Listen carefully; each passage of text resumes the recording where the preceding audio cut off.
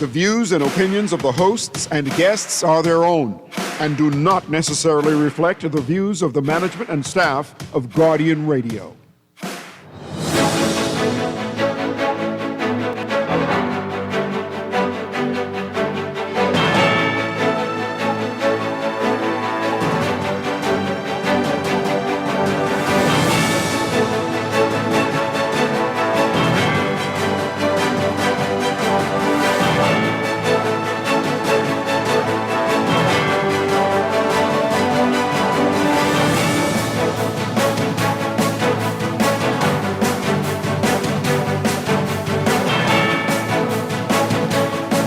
Good morning. The government says the NJC will manage Junkanoo parades, but the JCMP says it is still a legitimate body to govern Junkanoo parades on New Providence.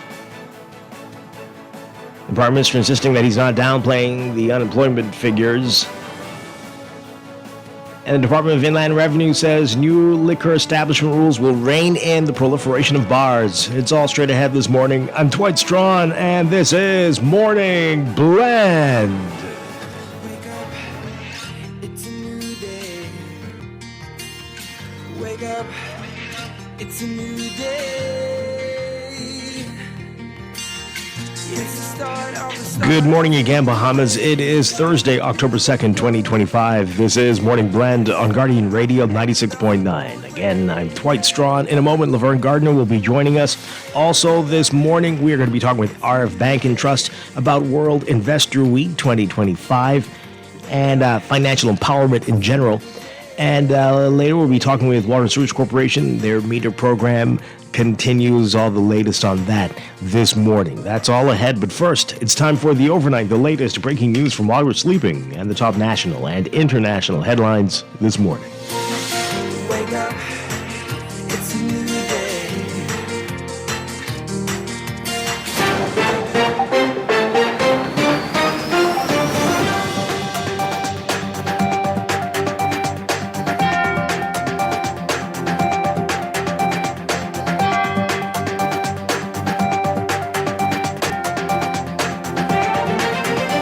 In the overnight, the Ministry of Youth, Sports and Culture announcing that the National Junkanoo Committee, the NJC, will be responsible for the management of Junkanoo parades across the country. That decision follows a dispute with the JCNP, the Junkanoo Corporation of New Providence, which has managed parades on New Providence for 2 decades. The ministry noting that a poll conducted on September 27th indicated widespread support for a change of parade management from Junkanoo groups. A statement from the ministry saying that 19 groups expressed their support for the NJC to manage the parades, while 2 groups voted otherwise. The ministry saying that it thanked the groups for their confidence and will proceed with the direction they have indicated, guided by the mandate they have given the NJC. Earlier this year, the government began consultation on the National Junkanoo Authority of the Bahamas bill, which would create a permanent body to manage, promote, and develop Junkanoo. The JCNP was quick to express its displeasure with the bill, claiming it would increase government oversight of protests. The JCNP suspended all Junkanoo-related activities, including rush-outs, parades, and practices. In a statement yesterday, JCNP Chairman Dion Miller said that the poll numbers provided by the ministry were inaccurate and claimed that the poll was taken during a meeting with a select group of disgruntled members. He said that 22 Junkanoo groups are registered with the JCNP and that of them, 10 have expressed support for the JCNP on this matter. Prime Minister Philip Davis pushing back at assertions that he is downplaying the recent rise in unemployment, telling reporters that he is not alarmed by the latest figures because they show more Bahamians are confident in the economy and looking for work. When asked to respond to criticism, the government has not acknowledged the seriousness of the rise in unemployment. Prime Minister Davis said, quote, "The Statistical Institute is an independent body. They came out with the numbers. And when I read their report, I understand why they came to the numbers. It's not alarming to me because what the report speaks to is that more Bahamians are confident about are more Bahamians looking for jobs. Once you're looking for jobs, you are factored into the unemployment numbers. We didn't have that many people looking for a job before, so I'm encouraged by that." Also yesterday, the Water and Sewage Corporation holding a commissioning ceremony for a new water plant in Barataria, Exuma. The $9.1 million project began in August 2023 with plans to create a better water supply for Exuma by installing 32,650 feet of new PVC mains. The project was completed in April 2024 with transition from water trucking to modernized pipe system. The Inter-American Development Bank, the IDB, announcing that it's approved a $160 million loan to the government for enhancing disaster risk management. The loan has a 20-year repayment term, a 5.5-year grace period, and an interest rate based on the secured overnight financing rate. The loan is the second in a series of two, which was first approved in 2023. The first loan was to help with establishing a legal structure for disaster risk management to the passage of the Disaster Risk Management Act. The second loan is going to allow the Bahamas to design and adopt the core policy instruments created by law so that national standards for humanitarian assistance and a comprehensive financial strategy for disaster management can be implemented. The search for an 82-year-old woman missing in Long Island continues. 82-year-old Plumetta Major reported missing on Sunday. Long Island MP Adrian Gibson says that Major, a resident of Deadman's Key, went missing around 3 a.m. on Sunday as the island was experiencing the bad weather from Tropical Storm Imelda. Tuesday, Gibson publicly pleaded for more resources to be allocated to the search. He said that his attempts to seek assistance from the Ministry of National Security were futile, as he's had not received any substantive word or response. A 28-year-old man is in custody facing a long list of charges after prosecutors say he was involved in the deadly club and possessed an assault rifle. Prosecutors allege that Dion Ferguson Jr. fatally shot Eric Smith and Demetrius Cooper and wounded Bertram Roll in a September 23rd shooting in Kemp Road. 2 days later, Ferguson and 4 others allegedly were found in possession of an assault rifle and 11 rounds of ammunition following a raid on a home in Washington Street. Prosecutors also allege that Ferguson is behind a fire that gutted the 78 West Lounge on Gladstone Road on June 12th. Ferguson faced charges of murder, attempted murder, arson, possession of an unlicensed firearm, and possession of ammunition when he appeared before Magistrate Lennox Colby Sr. yesterday. Ferguson was not required to enter pleas to the murder, attempted murder, and arson charges because he will be tried in the Supreme Court. However, Ferguson claims he has an alibi for the shooting charges. He alleged that he was attending court when the murders took place. The matters are expected to be sent to the Supreme Court on January 23rd for the presentation of a voluntary bill of indictment.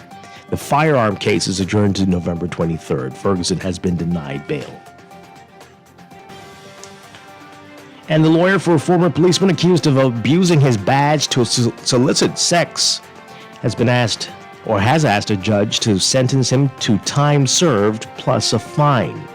28-year-old Shaquille Williamson has been in prison awaiting sentencing since his June 5th conviction for procuration. Prosecutor Tamika Roberts called for Justice Renee McKay to impose a sentence in the range of 10 to 15 years. In seeking a lower sentence, Williamson's lawyer, Mario Gray, referenced another case with a policeman convicted of procuration earlier this year. Now, former Corporal Gregory Taylor paid a $15,000 fine to avoid a 3-year prison sentence after he admitted to begging a 13-year-old girl for sex on WhatsApp. But Roberts said that Williamson's conduct was more egregious because he committed his crime while he was on duty. The jury accepted that shortly after midnight on July 5th, 2023, Williamson pulled up in a parked police car on Yamacraw Beach. On the hood of their car, after ordering the couple to get dressed, Williamson ran name checks on both of them, which came back clear. However, Williamson lied and told the woman that she had an outstanding warrant. He allegedly told her that he would cancel the warrant if in exchange for sex. The woman made a frantic call to the police control room while Williamson was talking to her boyfriend. Officers responded and Williamson was disarmed and arrested. Williamson testified that he left the Elizabeth Estates police station after he received an anonymous call concerning a suspicious car on the beach. He claimed that the woman offered him sex and food after he told her that she had a warrant.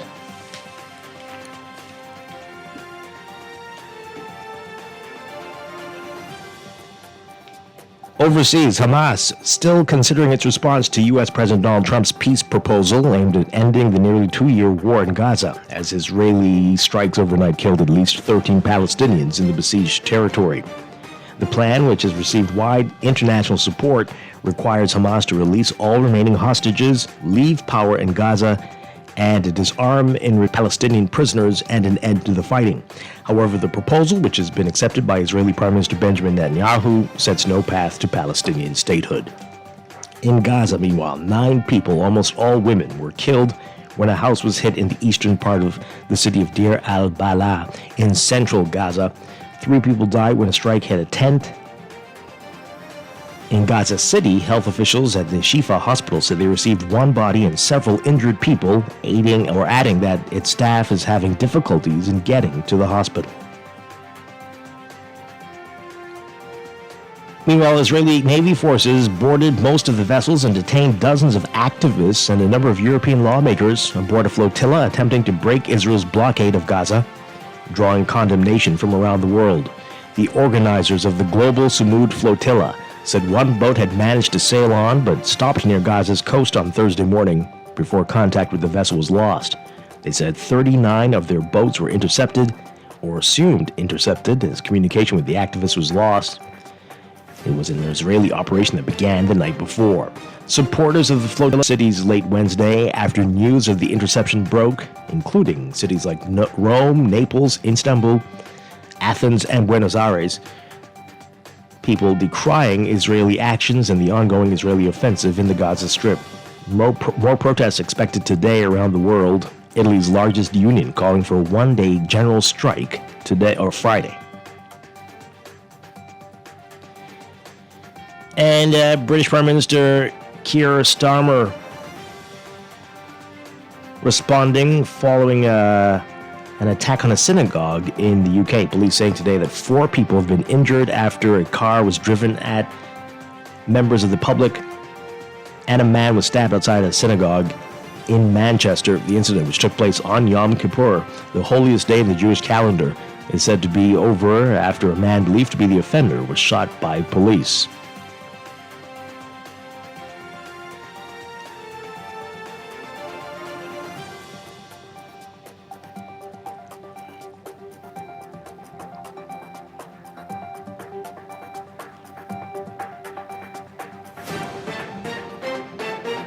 And radios across Haiti were abuzz Wednesday with the news that the UN Security Council had approved the creation of a so-called gang suppression force to help the troubled Caribbean nation. The force would replace a smaller UN-backed mission led by Kenyan police that remains understaffed and underfunded, and whose mandate expires today. Gangs have grown in power since the assassination of President Jovenel Moïse in 2021. They now control 20 or 90% of the capital of Port-au-Prince and have expanded their activities, including looting, kidnapping, sexual assaults, and rape. It's extended into the countryside now. Haiti has not had a president since the assassination, but Haitians and experts alike remain cautious that another international force could bring some improvements.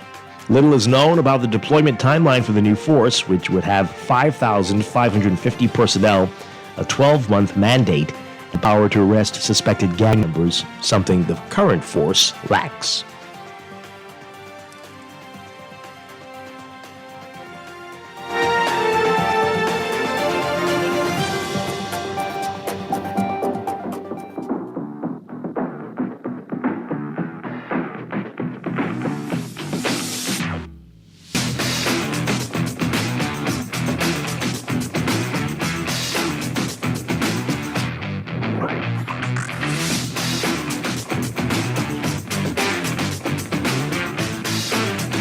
In sports, October baseball in full effect, and the Bronx Bombers coming out exactly when they needed to last night, saving their season with a thrilling 4-3 win over the Boston Red Sox at Yankee Stadium.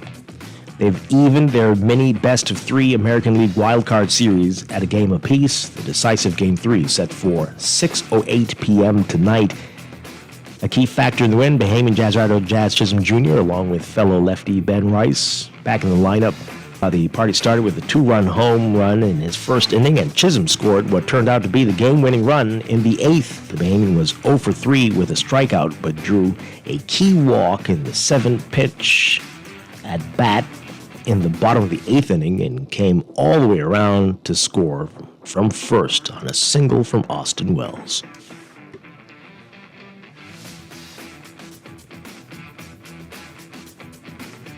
Meanwhile, Yoshinobu Yamamoto struck out a postseason high 9 while pitching into the 7th inning, and the Los Angeles Dodgers breaking it open with a 4-run sixth to beat the Cincinnati Reds 8-4 Wednesday night and advance to the National League Division Series.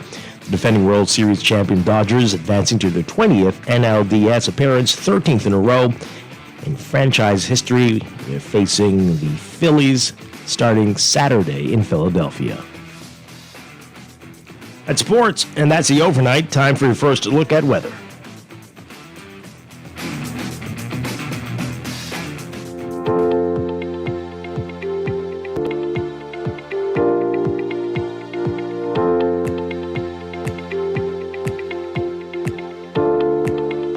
Weather brought to you by Star General. We've got troughing from the northwest, across the northwest Bahamas. That's going to enhance shower and thunderstorm activity for the northern Bahamas and portions of the northwest Bahamas today as a weak frontal boundary establishes itself leading up to the weekend. Moderate to fresh breezes can be expected across most of the islands today, with light to gentle breezes for the southeastern islands.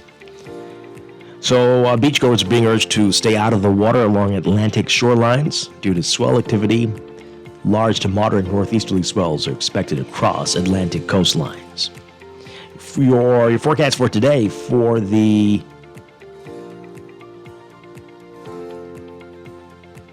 northern Bahamas, the extreme northern islands, partly cloudy today and tonight, with a 30 to 40% chance of showers or afternoon and evening thunderstorms. For the rest of the northwest Bahamas, a mix of sun and clouds today, becoming mostly fair tonight, a 20 to 30% chance of showers or isolated thunderstorms. For the central and southeast Bahamas, partly sunny to a mix of sun and clouds, becoming mostly fair tonight, or afternoon thunderstorms. For the northern half of the country, winds northeast at 10 to 20 knots with higher gusts for the northern islands, becoming easterly at 15 to 20 knots by this afternoon for the northwest Bahamas. For the central and southeast Bahamas, light and variable, becoming easterly at 10 to 15 knots by this evening for the central islands. Temperature-wise, today look for highs around 90, 91 Fahrenheit, 33 Celsius. The heat index will make it feel like it's anywhere from 102 to 107 Fahrenheit, 39 to 42 Celsius. Overnight lows tonight getting down to the upper 70s or around 80 Fahrenheit, about 26 to 27 Celsius. That's your first look at weather this morning. We'll have an extended outlook and a look at the tropics coming up in just a bit. This weather check brought to you by Star General, insurance made simple.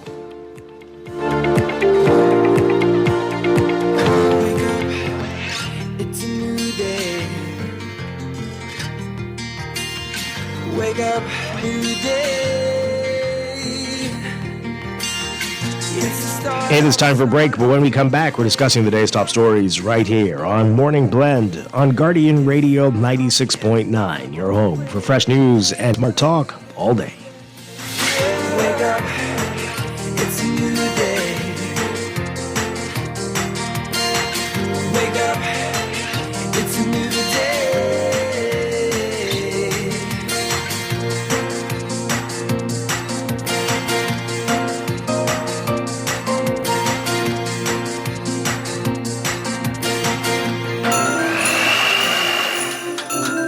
Mom, the Christmas cookies are ready. We leave them right here under the tree for... For Santa or for CIBC Caribbean? 'Tis the season for dreams to come true. Whether it's a house, land, vehicle, or upgrading your home, CIBC Caribbean can support your dreams with the financing you need. Enjoy incredible cashback deals with mortgages and land loans. Plus, you're approved linked to US $5,000. Apply now at www.cibccaribbean.com/sweeten the season. Terms and conditions apply. Screws and Fasteners World, Balfour Avenue and Palm Beach Street, has those hard-to-find fasteners for you right now. You can find stainless steel regular hex, carriage bolts, galvanized bolts, threaded rods, nails, self-tap screws, sex bolts, anchor bolts, turnbuckles, masonry tools, hand tools, and weed whacker strings. Check out the rope selection and car body fasteners, too. Special orders are welcome. It's your #1 fastener store. Screws and Fasteners World, Balfour Avenue and Palm Beach Streets. Call 326-1976. For fast, reliable, and impactful printing services, look no further. Let Printmasters bring your masterpiece to life. We stand by our quality products that is second to none. Our affordable pricing and friendly, efficient staff makes Printmasters the ultimate choice for all your printing needs. We can deliver any type of printing services, from banners to booklets to business cards. You name it, we can print it. Let Printmasters bring your masterpiece to life. Located in the Nassau Guardian Building, telephone 302-2361. Wake up, it's a new day. It's the glitziest night in agriculture, where roots run deep and the spotlight shines bright. The Agrarian Awards 2025 takes center stage on Saturday, October 18th at the Atlantis Paradise Island Grand Ballroom. And you need to be there. Presented by the Ministry of Agriculture and Marine Resources and the Agricultural Development Organization. Get your tickets now at adobahamas.org or call 397-7400 for more information. The Agrarian Awards 2025, planting with heart and Looking soil. to elevate your gadget game, or a tech trouble simply slowing you down? Escape to a world of innovation at Custom Computers, your go-to store for the latest cutting-edge tech. Whether you need to upgrade your life with the best from Apple and Windows, or your device needs a little TLC, the Custom Computers Know-How Store is the destination for unbeatable expertise and quality repairs. With 2 convenient locations, there's a Custom Computers near you on Patton Street in Palmdale and Caves Village, or call 396-1100. Wake up, it's a new day. Wake up, it's a new day. We are back with Morning Blend on Guardian Radio 96.9. We're streaming live on GuardianTalkRadio.com and on the Guardian Radio app for smart devices. Also on your televisions on Cable Bahamas, channel BTC Flow Channel 612. You can tweet us at Morning Blend 969 or Facebook.com/Morning Blend 969. Text us 422-4796. Standard text rate supply. Once again, I'm Dwight Strachan. Joining me now, Laverne Gardner. Laverne, good morning. Good morning. Good morning. How are you? Doing well. Great to have you. Hey, it's first Thursday of October. The year is done. And yeah, we're just marching on to Christmas now. So honestly. I hope you're ready. Of course I am. Oh, glad somebody is. All right. We got a lot to talk about this morning, a lot going on. World Investor Week is coming up. RF Bank and Trust going to talk about that with us, and financial empowerment as well. And Water and Sewage Corporation is going to be joining us. They are going to be talking about their meter program, the campaign they have going on, and more. That's all ahead. But let's begin with what else is in the news.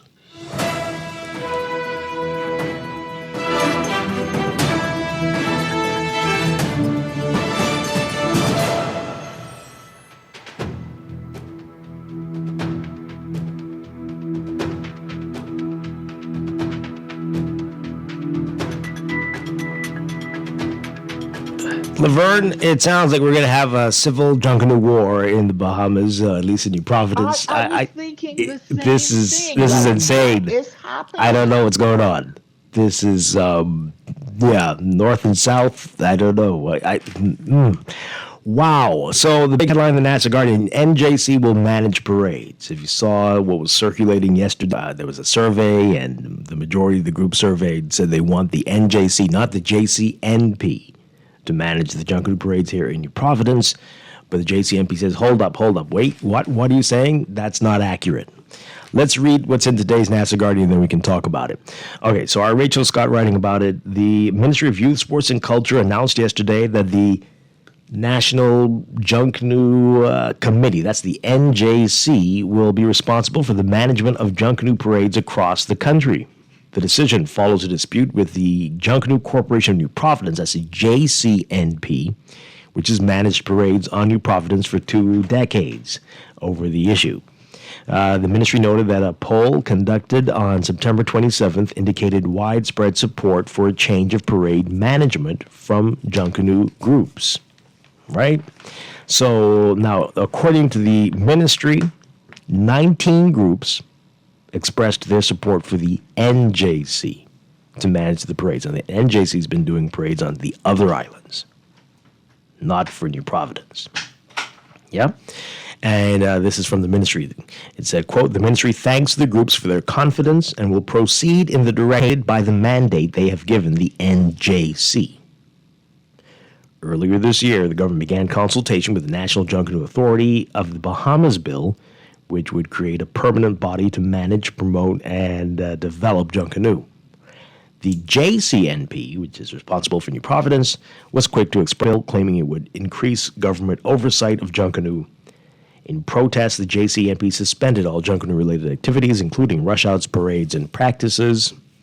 In a statement yesterday, JCNP Chairman Dion Miller said that the poll numbers provided by the ministry were an inaccurate representation of the state of affairs, claiming that the poll was taken during a meeting with a select group of disgruntled members. He said that 22 Junkanoo groups are registered with the JCNP, and that of that number, 10 have expressed support for the JCNP in this matter. Well, that is just under half, but okay. Miller said that those groups, the 10 groups, there's some big ones. He says the Saxons, One Family, Roots, the world-famous Valley Boys, Colors, Redland Soldiers, the Mighty Eagles, and the Foxhill Congos. The National Individual Junkanoo Association as well, and the Bahama Association. So we have a National Individual Junkanoo Association and a Bahamas Individual Junkanoo Association? What? Really? I am very confused. Wow, okay. Well, that's interesting. Well, anyway, Miller... Okay. Miller said 12 groups have expressed support for the NJC to manage the parades, of which it said 6 currently have only observer status due to failing prior parade qualifying standards or not making an appearance in previous parades. Wow.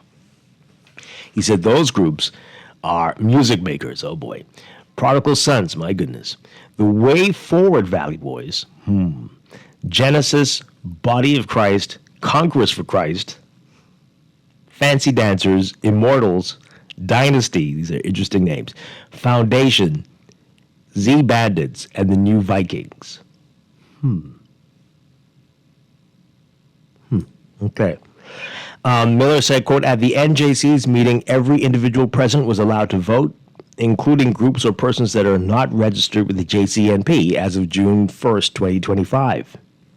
This practice inflates the numbers and does not reflect the actual strength or legitimacy of their support.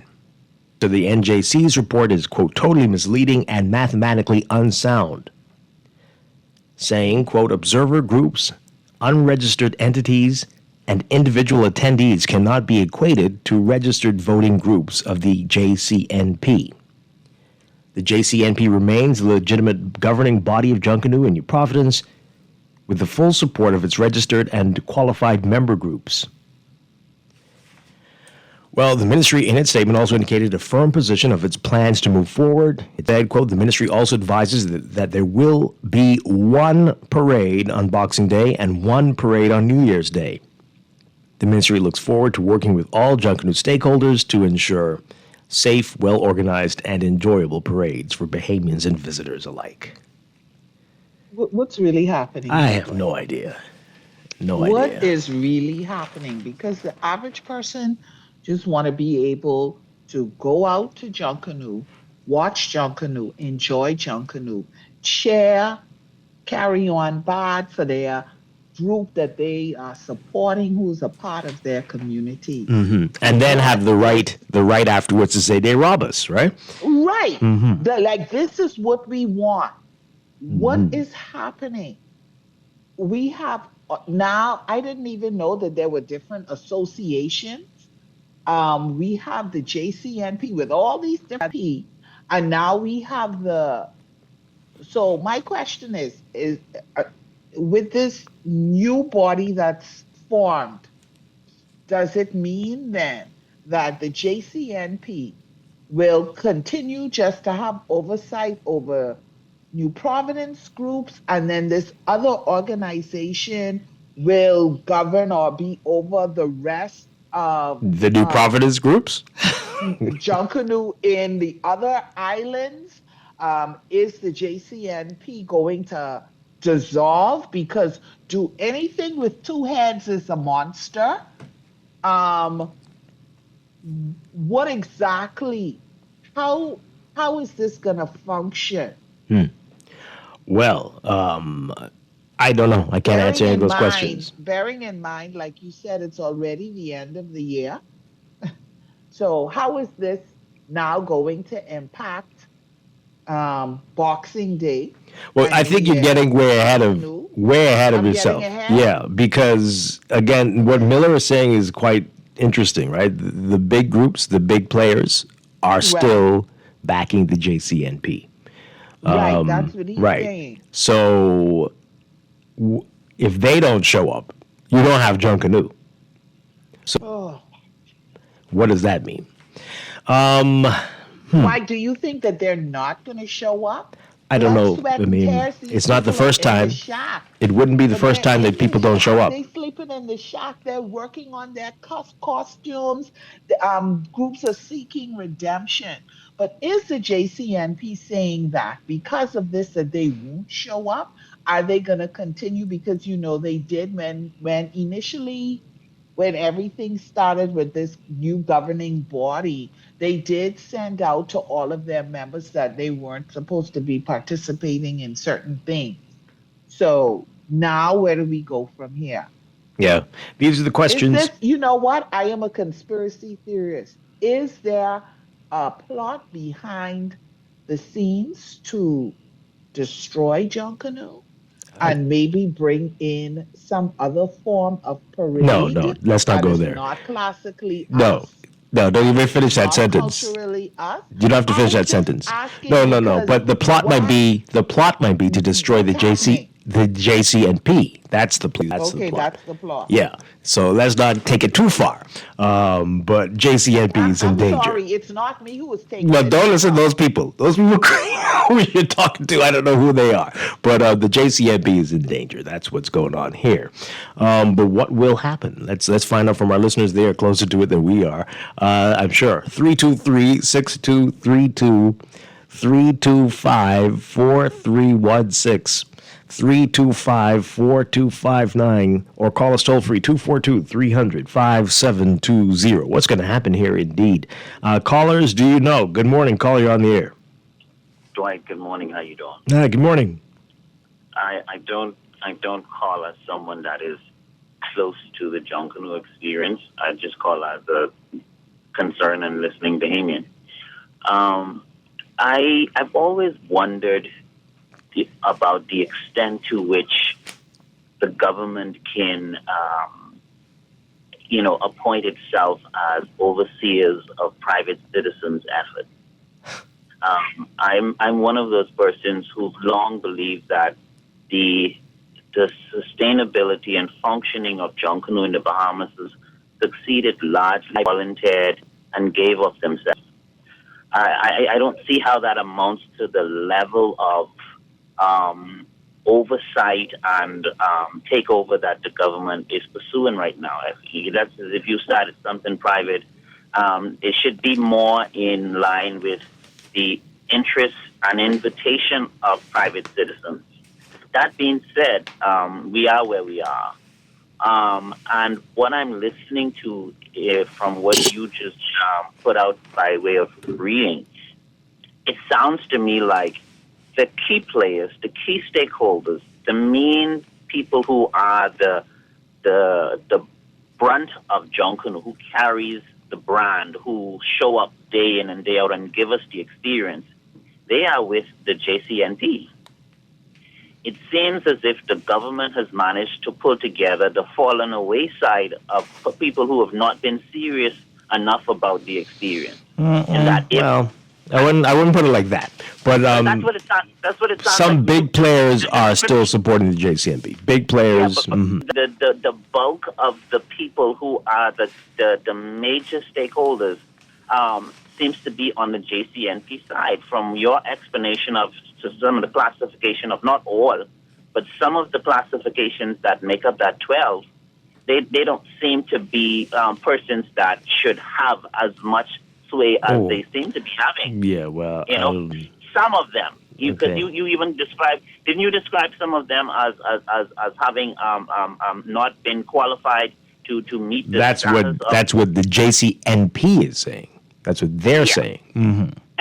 And again, if we take it for what the government is saying, and we take it for what the JCNP is saying, there's a specific pattern that is emerging here.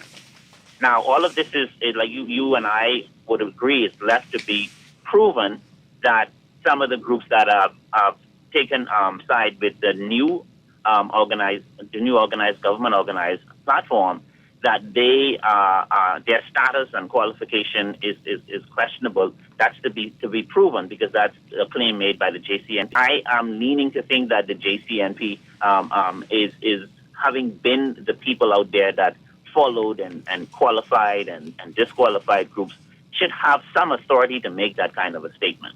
And that's the position that I'm taking. And so I wait and watch to see. But I think the JCNP is going to prevail from what I'm seeing and what I'm hearing. Okay. Why do you think that? I think because, again, they have...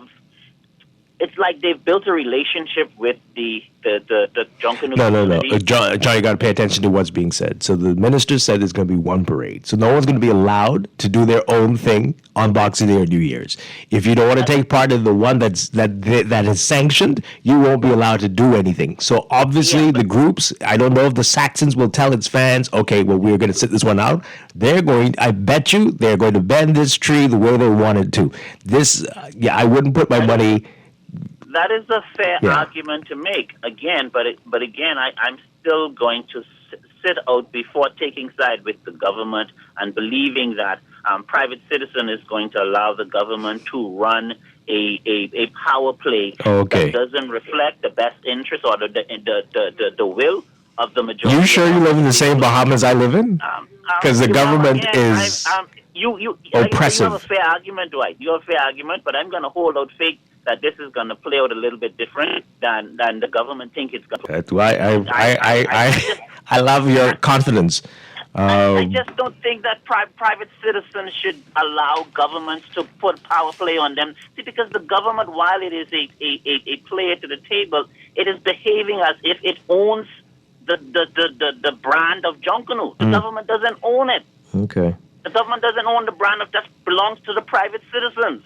And to me, I'm one of those people who believe that whether you are Saxons or those major groups, their brand is their brand. The government doesn't own that, and the government, to the extent that you want to legislate and dictate, you cannot legislate and dictate private citizens' brand. Why is the cost of living high in this country, John?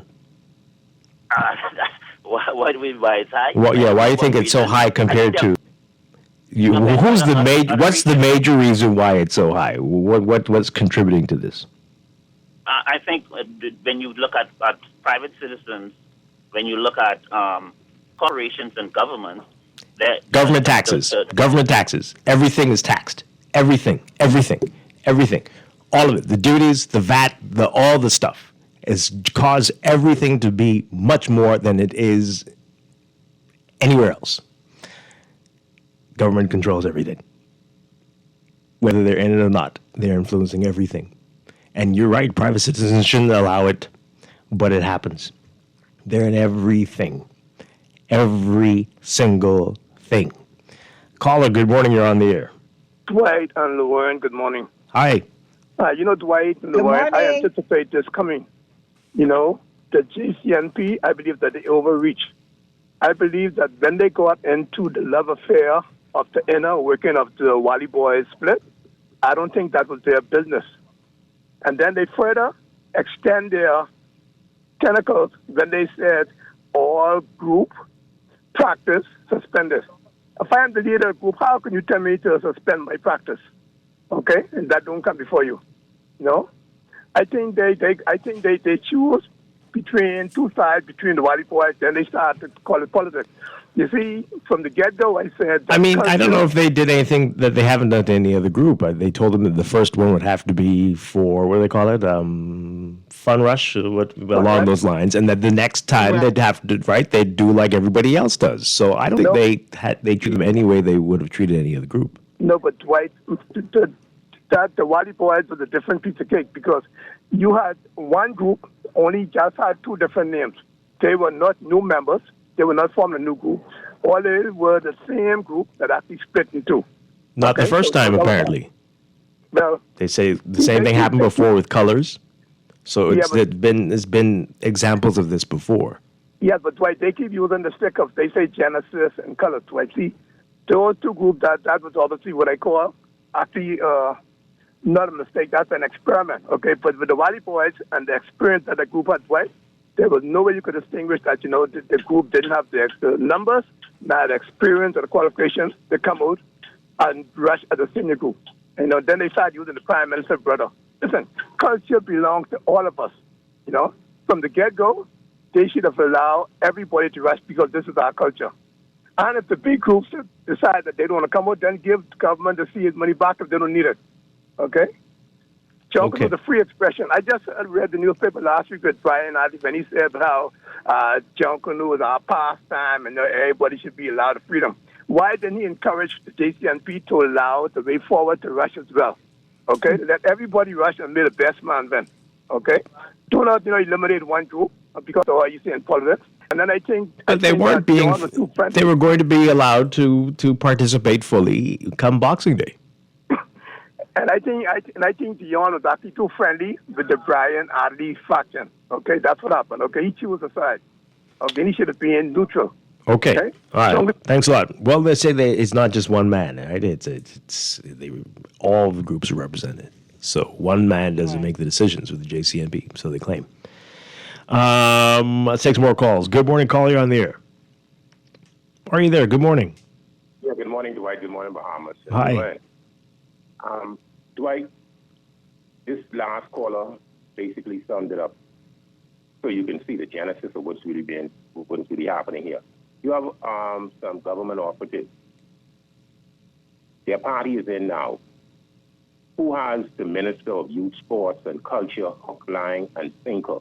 And this, for me talking to Junkanoo and basically observing what happened. Okay, Junkanoo, the Valley Boys have this issue with names. The Junkanoo, the JCNP took a position. The government then come with this legislation to make the JCNP extinct.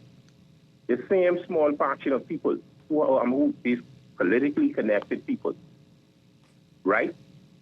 Draw back because the legislation would make them extinct. Then you had the seed money, where the Way Forward group got the seed money, the world famous Valley Boys got nothing. That's a took side, even though it's a coercion. The JCNP came back and made some scathing remarks concerning the minister. Did he respond to those stuff they read in your paper? Right? If who responded? The Minister of Youth, Sports, and Culture. The JCNP made some damning remarks, and Brian knows. Did they respond? Did the minister respond? What specifically are you talking about?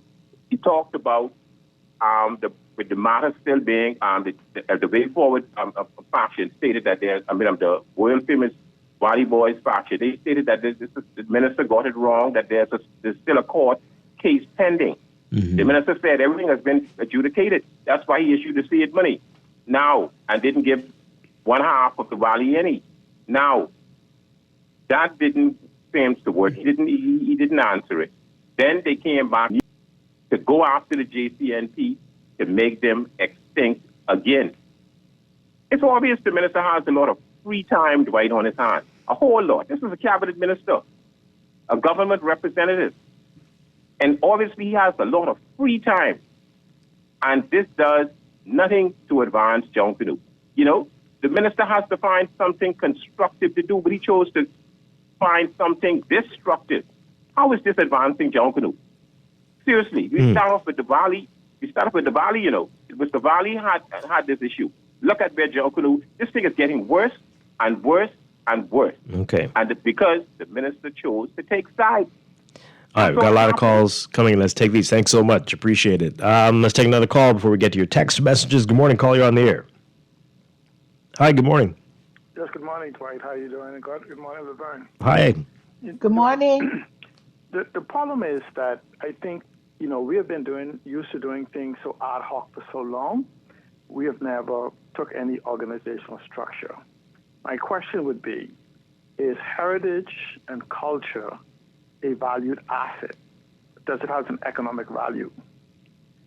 If it does, then it means it becomes a sovereign asset. And anyone, it belongs to everyone. Now, if you say Junkanoo has an asset, or you say Gombe has one, Rake and Scrape, and all these other festivals, the regattas, whatever, then when we talk about, how, you have people talk about these sovereign wealth fund and all of these natural resources, it then puts us in that category. Okay. We're not going to broaden into the other natural resources. All right, so see, I hear you. We need to have that conversation. I don't know if today's the day for that one, but yes, that's a very deep conversation that needs to be had. But let's talk about the crisis that we might be in right now and what this means for Dwight, Junkanoo. 2 months away. 2 months away. We are in a crisis. Yeah, only 2 months to go. We're in a crisis with this. Got to figure this one out. Yeah. Mm-hmm. Let's take this call. Caller, good morning. You're on the air. Hi, good morning. Dwight? Yes. Oh, everyone's waiting for you. Good morning, sir. Wonderful. I ain't going to tell you nothing, right? I can let you ask me because I'm sick to my stomach with this nonsense. Which part? I really am. Huh? What's the nonsense? All of it. Because every time we try, we think we have gotten somewhere, the JCNP continues to move the goalposts. Mm-hmm. So let me ask you something, because I'm hearing different things. So based on how things are with the JCNP, before we get to what the government is saying now, would your Valley Boys have been allowed to take part in Boxing Day in the A category this year? According to the JCNP, no. Oh, wow. They were stenching very hard to keep the Way Forward Valley Boys in the exhibition category. Still. That would have come again after twice coming on the road. They're driving towards it again. Why? What's the excuse? That's a question you need to call Dion and ask him. Coachy. Wow. So for New Year's, would you have been able to participate in the A group, in the A category? Yes, he said if we had registered, we would be able to in January. What year is this coming up? It'll be 26. I'm so tired of this thing. 26. 26. January 1, 26. The Valley Boys Way Forward would have been able. But now, not Boxing Day. Pardon me? But not Boxing Day. No. I don't know how he could take the Valley Boys and all them groups all of a sudden he qualifying and stuff. Who's destroying Junkanoo? It sounds like the government is trying to galvanize this thing and put it together. Or this JCNP that keep talking about the prodigal sons, you're disqualified. Music makers, you're disqualified. You can't get out this money. You can't that. Who sound like they're destroying Junkanoo? But seriously, should they be getting money? They have not. When was the last time they took part in Junkanoo? Right. Yeah, but see, Dwight, there was a process. If you get Dwight money and you don't show up, then Dwight needs to come after his money like they did in the past. That's the other thing. But to tell him you're disqualified because you didn't make the money, and then to go back again after Junkanoo and tell him you're now an observer, when you took his money for registration for that year, he's a full-fledged now registered financial member, and you tack another tax on him and tell him you're an observer, you can't participate in it. That is wrong. Interesting. They're destroying Junkanoo, not the ministry, because the ministry said instead of disqualifying the Junkanoo groups this time. So you're going by the rules. Now, I know a lot of people listening will say, I don't see what's so bad about that because this is not this is taxpayer money, right? So Junkanoo belongs to all of us. There was no JCNP by their own admission. They said we just came in 21 years ago. What was happening before that? Junkanoo was going on. The NJC was in charge of the entire thing. But were people getting that much money back then? Were people getting all this money back then from the government? You call Dion again this morning and ask him, in 21 years, what tangible thing the Bahamian people could put on and say, we own it, Junkanoo. Okay. Nothing. Interesting. Not buying groups. You're holding groups out. You're making all kinds of decisions you shouldn't be making. And let me just say for the people who don't know, Section 4 of the agreement of 2016 between the government and the JCNP management team. They're not a Junkanoo group. That's just a private management team. The Section 4 said they would only accept applications to manage the parade. The final decision is left up to the minister and the Ministry of Youth. Why do people don't get that? That is the contract. And from 2016 to now, the JCNP don't have a written contract with the government. They don't. Wow. Very interesting. Now, so this is the person that really, Dwight, is missing in all of this, because we could go on and on and on with this.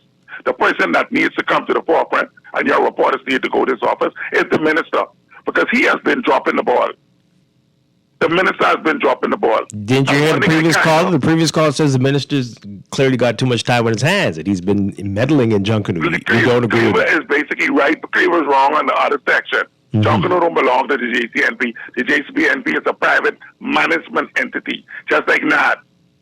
NAD could never take JCNP because the Junkanoo groups belong to the private individual members. They just managing that. That's all. Okay. So call the minister and get him on your show, because he really is the missing link in all of that. Oh, don't go yet. The phone lines are all... go right ahead. But I want to ask you one thing. So what do you think is going to happen? Do you think the other groups like the Saxons and Roots are going to eventually just say, fine, NJC, have your way with it?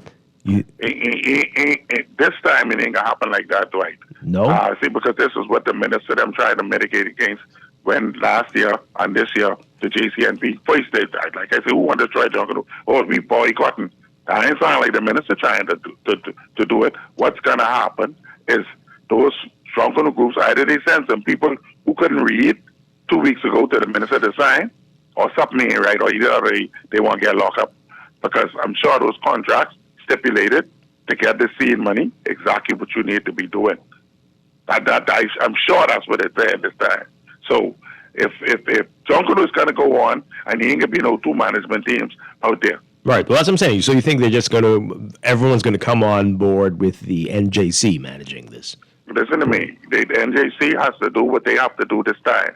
If the Saxons and them want to get our seed money, guys, but since the NJC will control the Junkanoo operation in its entirety once again, what may have to happen, Junkanoo and NASA may be more exciting, because they may pull Freeport to make up this number, or Abaco to make up the number with the Valley Boys and the rest of the groups that want to go.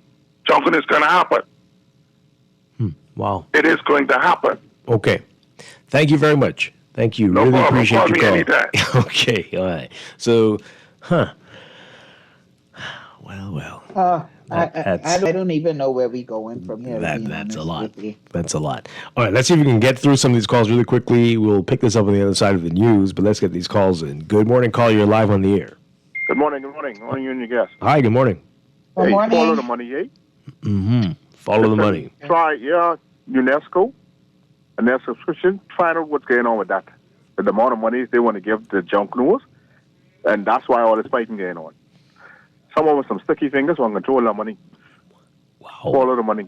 This is deep. This is deep stuff. Follow the money. Okay. I'm giving you some information. You're an investigator. Follow it up. Okay. Hi.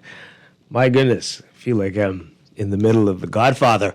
What's happening? What is it? I thought it was just Junkanoo. No. Good morning, caller. You're on here. Clearly it's Wow. not just Junkanoo. Good It'll morning, be a- Dwight and Pamela. Laverne. Laverne. Sorry about that, Laverne. I'm so That's sorry. okay. That's okay. Good morning. Listen, this Junkanoo debacle is a easily solved issue. You know, if we look back to 2015 with the formation of Genesis Junkanoo Group, you go back to the rules that were in place. They had to exhibit themselves as a front group, and then they came into the B category. You remember the one year the colors lost? Mm-hmm. That was Genesis. Right. And then the following year, they were allowed to come back up into the A category as per the JCNP rules. Now, the JCNP as an entity is not a standalone entity in that general sense.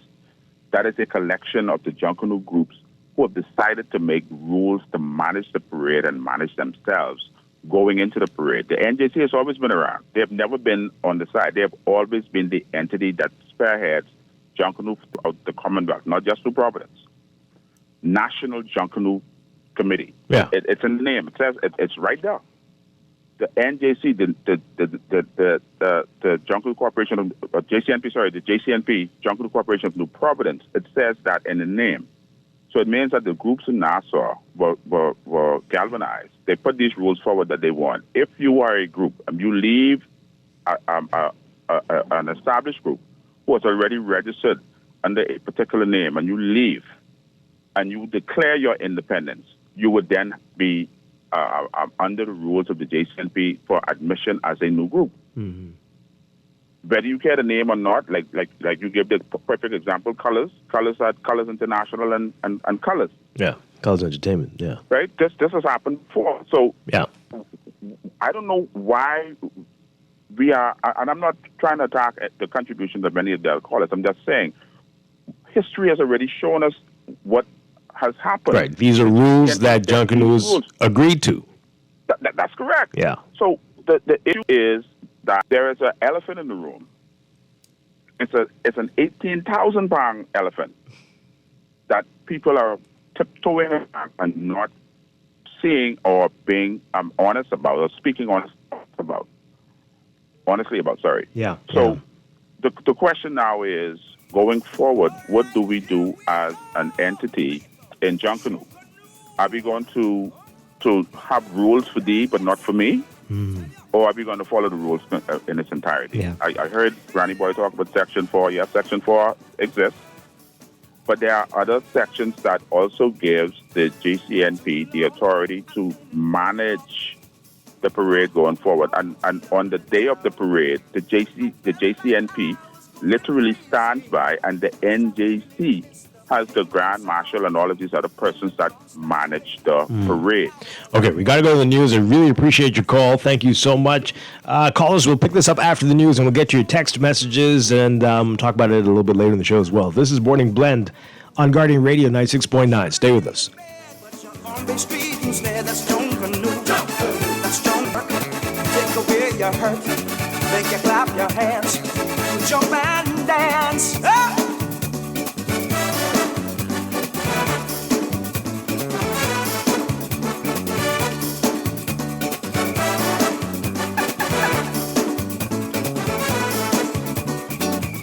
Now I like a lot of foreign grooves, and I don't mind a Broadway show. But when I want something special, I know Junkanoo is the way to go. 'Cause when the drums start to play and the cowbells ring, oh Lord, that's the sweetest feeling. If you're losing control, 'cause the rhythm in your soul, that's Junkanoo.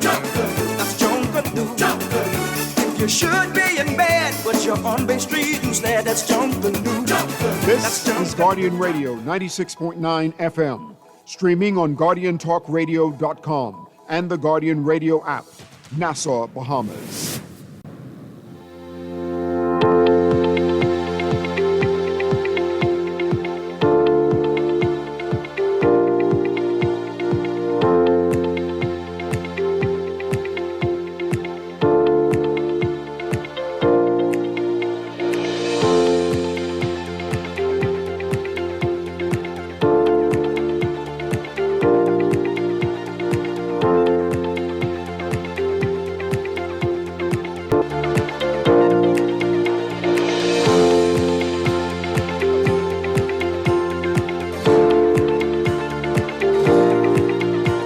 Welcome back to Morning Blend here on Guardian Radio 96.9. We are streaming live on GuardianTalkRadio.com and on the Guardian Radio app for smart devices. We're also on your televisions on cable, Bahamas Channel 969 and BTC Flow Channel 612. You can tweet us at Morning Blend 969 or Facebook.com/Morning Blend 969.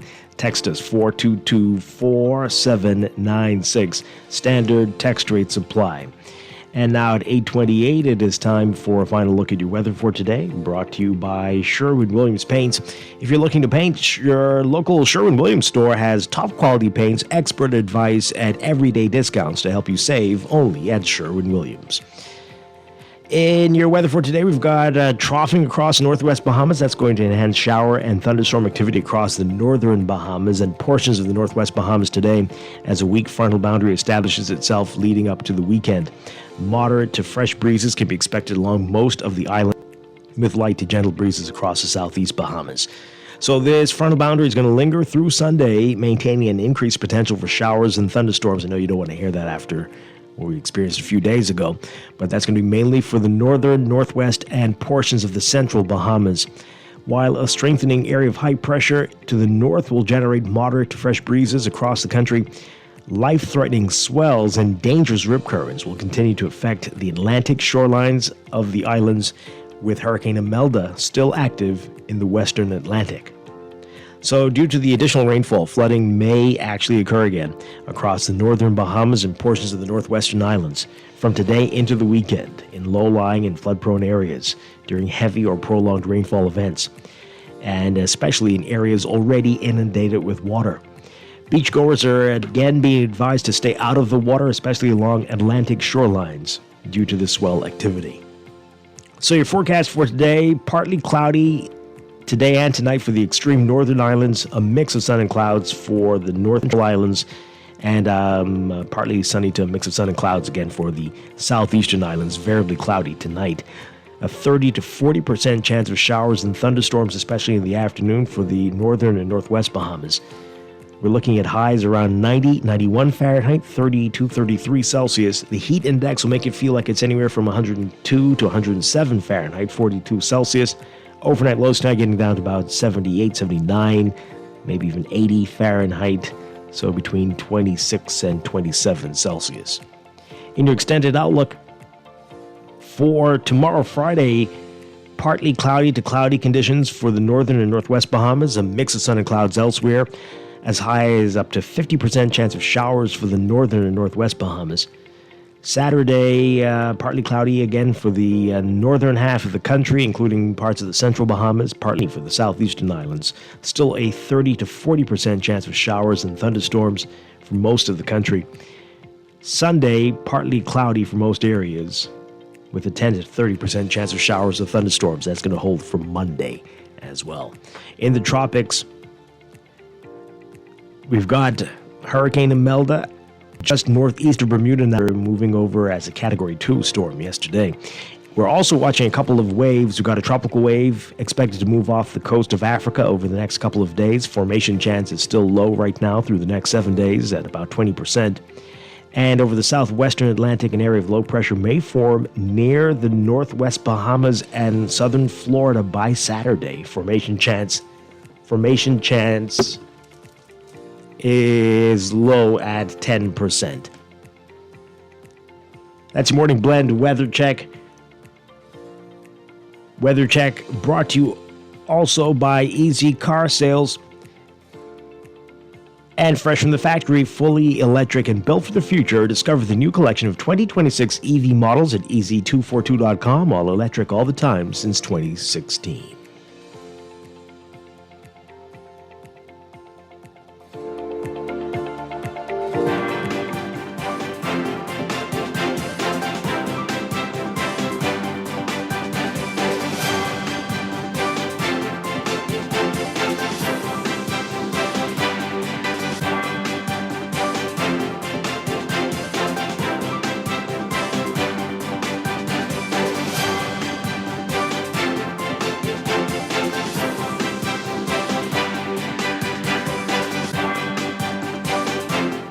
Got a check of traffic brought to you by RBC. With RBC, your ideas happen here.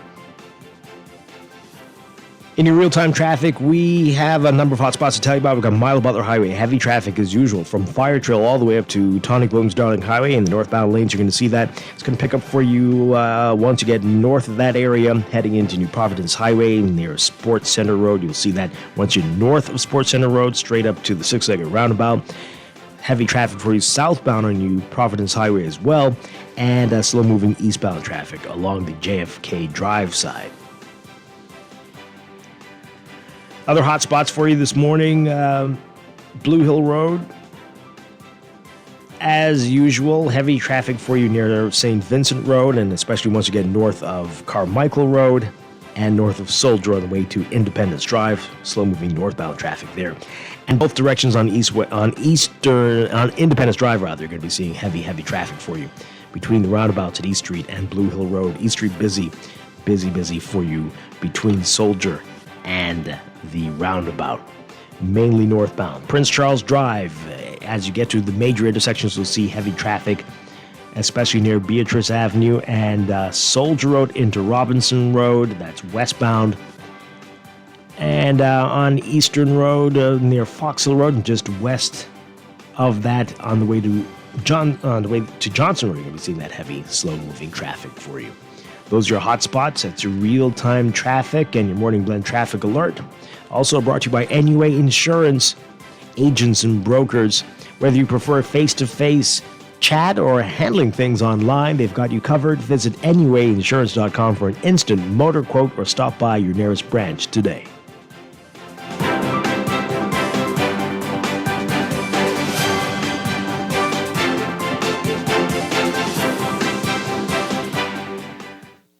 This is Guardian Radio 96.9 FM, streaming on GuardianTalkRadio.com, Nassau, Bahamas.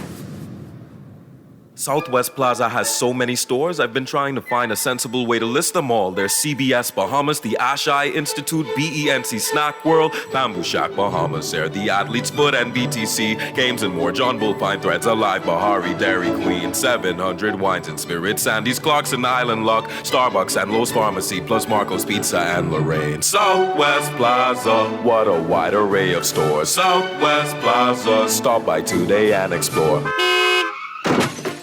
No one likes a fender bender. Oh, man. From a little scratch to a full mashup, NUA Insurance has got you covered with auto insurance tailored to fit your needs and budget. For affordable rates with free on-site accident assistance, visit us online or in branch and just ask us. NUA Insurance. Ask us because we've got you covered. Maybe it's time to explore your options. There's no harm in reviewing your mortgage arrangement and considering a better deal. CIBC Caribbean can help you narrow your search and decide. Switch your mortgage to CIBC Caribbean and enjoy a special interest towards your switching cost. Visit CIBCFCIB.com/inspired home for more information. Conditions apply.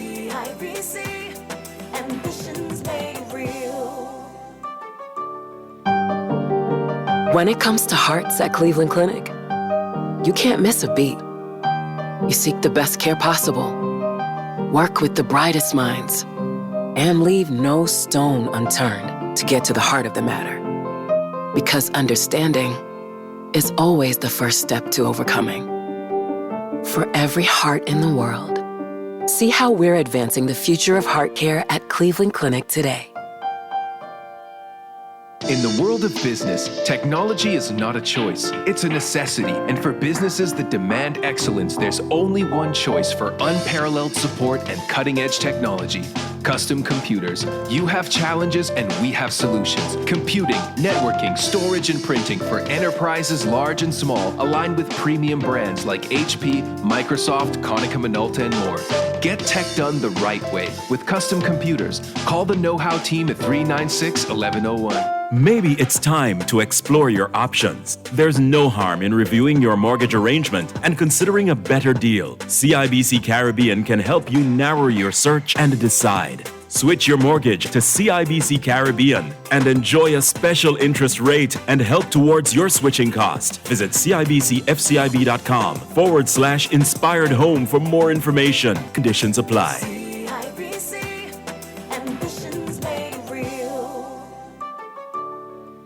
This October, Bahama invites you to indulge your senses at the Culinary and Arts Festival, where world-class flavors meet breathtaking creativity in the heart of the Bahamas. Join us October 22nd through 26th for an unforgettable celebration featuring culinary legends Daniel Boulud, Marcus Samuelson, Dario Cicchini, and Simeon Hall Jr., alongside a vibrant lineup of Bahamian chefs and mixologists. Explore captivating art installations, interactive workshops, and live performances, all set against the stunning backdrop of Nassau's premier luxury resort. And don't miss an electrifying live performance by global superstar Lenny Kravitz, headlining the festival's welcome party on Friday, October 24th, with a concert experience you won't forget. This is more than a festival, it's a feast for the soul.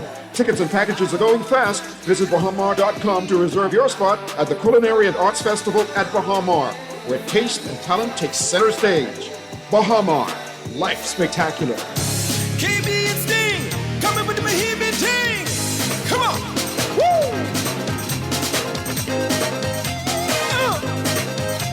Oh, yeah.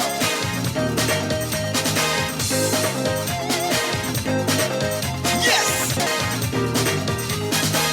I's a Bahamian, hairy born and bred. I don't want to live nowhere else, even when I dead. I's a Bahamian, and I always late. If you want me there by 9, better tell me come 8. See, I's a Bahamian, and I don't like say nobody gonna spend my money when I go to my grave. Yes, I's a Bahamian, don't wanna make no fuss, but if you we know, but outside toilet, you was one of us. Like Andrews grabbing dope, don't act like you don't know, you know. Man, you know. Oh, man, you know. How Bahamian go? How they go, how they go, how they go. Oh, don't you know? Man, you know. Yes, man, you know. How Bahamian go? How they go, how they go, how they go. Let's go. So proud to be Bahamian. Welcome back to Morning Blend here on Guardian Radio 96.9. Dwight Strachan along with Laverne Gardner. We're going to pick up that Junkanoo conversation a little bit later in the show in business. Well, we got a lot to talk about this morning, a lot to tell you about, a lot going on. So, Bahama Health, part of Family Guardian, is hosting their free Bahama Health Fair tomorrow.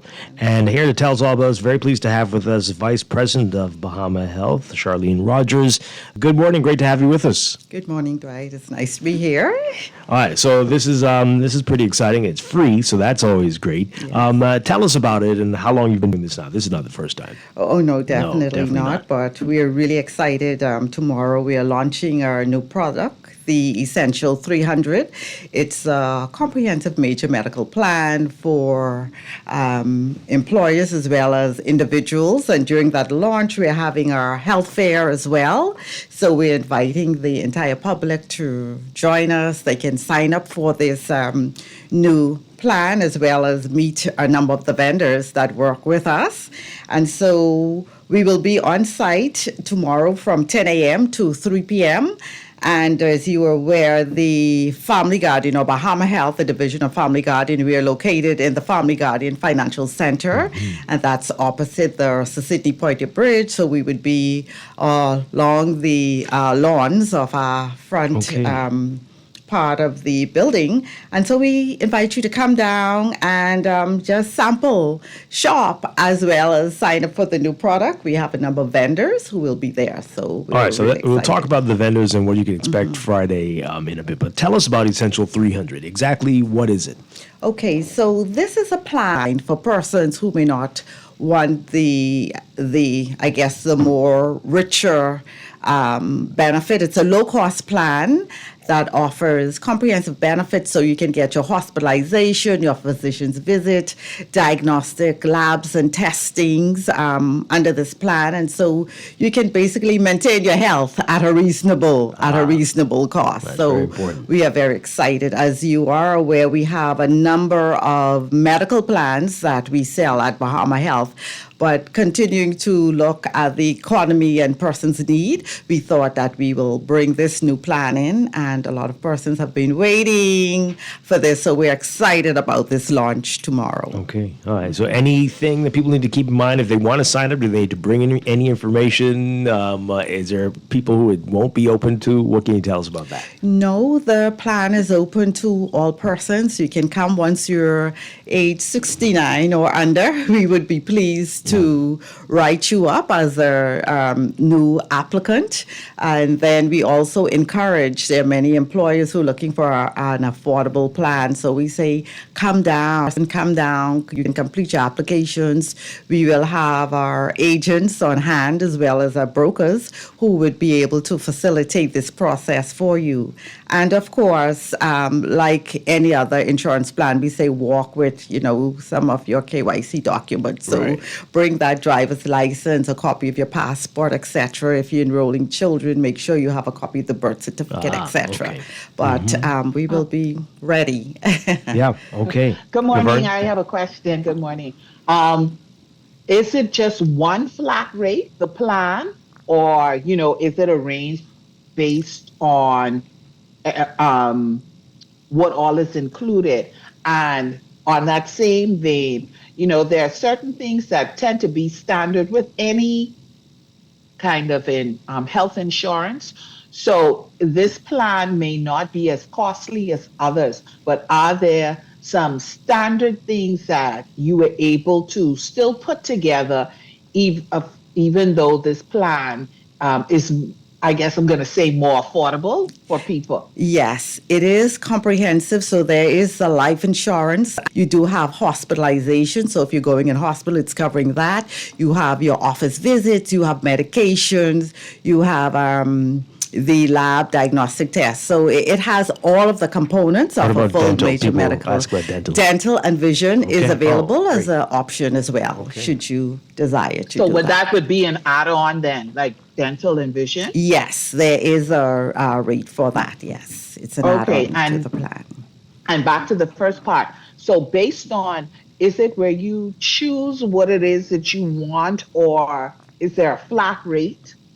In terms of rates for individuals, rates will be given based on age bands, and generally you find there's a 5-year age band. So you would have your price for persons under 40 years, and then you go up into the various age bands. And that is for individuals. As you know, with a group insurance plan, it depends on the demographic and makeup of your group.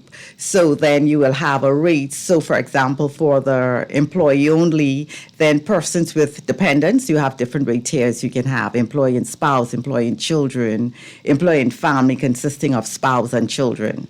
So we do design the same basic design you will find in a group insurance plan, and then for the individuals, depending on your age, Okay. we would have a rate for you. I'm just a little curious about the name, Essential 300. What is what's the 300? And one final thing. Sorry. Yeah, what's the 300? What's the Essential 300? Okay, so what this 300 is highlighting, your annual maximum is like $300,000. It is a plan with a $2 million lifetime maximum, but we will provide coverage up to $300,000 per annum. Okay, all right. Yes. Laverne? Mm-hmm. Did we lose Laverne? Oh boy, you might be mute. Can you Okay, hear- now we can hear Hello? you. Yeah, we can hear you now. Mm-hmm. Yikes. Okay, she's in and out. All right, so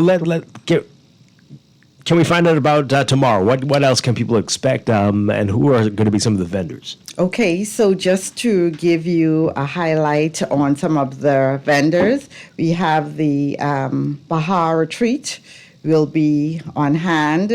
We have, just give me a second. We have Bahama Retreat, we have fitness, we have their teas, their, I see sun tea there. Yes, we do have, yes. Who will be on hand. We also will have our flu shots going on. So persons who have not had the flu shots, we do have representation.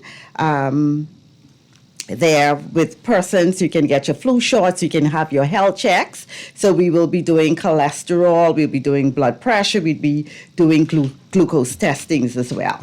Okay. And again, you say it's from 10 to a.m. 3. to 3. Yes. All right. Somebody's asking about parking. Where do you park? Okay, so we do have 2 parking lots. There's one immediately in the financial center, and then we do have our Alice Street parking lot as well. Okay, wonderful stuff. And as you said, it is free. Yes, so come on down and enjoy. So some of our vendors would also have some samples going on for you. We have a number of the health stores as well that will be there. And so we encourage you to come down and participate. But there will be items for purchase. Yes, Right. and there will be some sample items that are available. Wonderful stuff. Very exciting. And again, if people are interested in Essential 300 and can't make it tomorrow, how do they sign up? What do they need to do?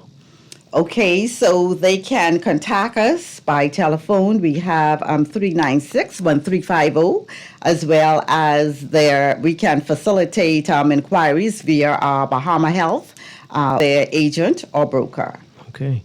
And just to go... I'm sorry, I may have missed it when my internet was in and out.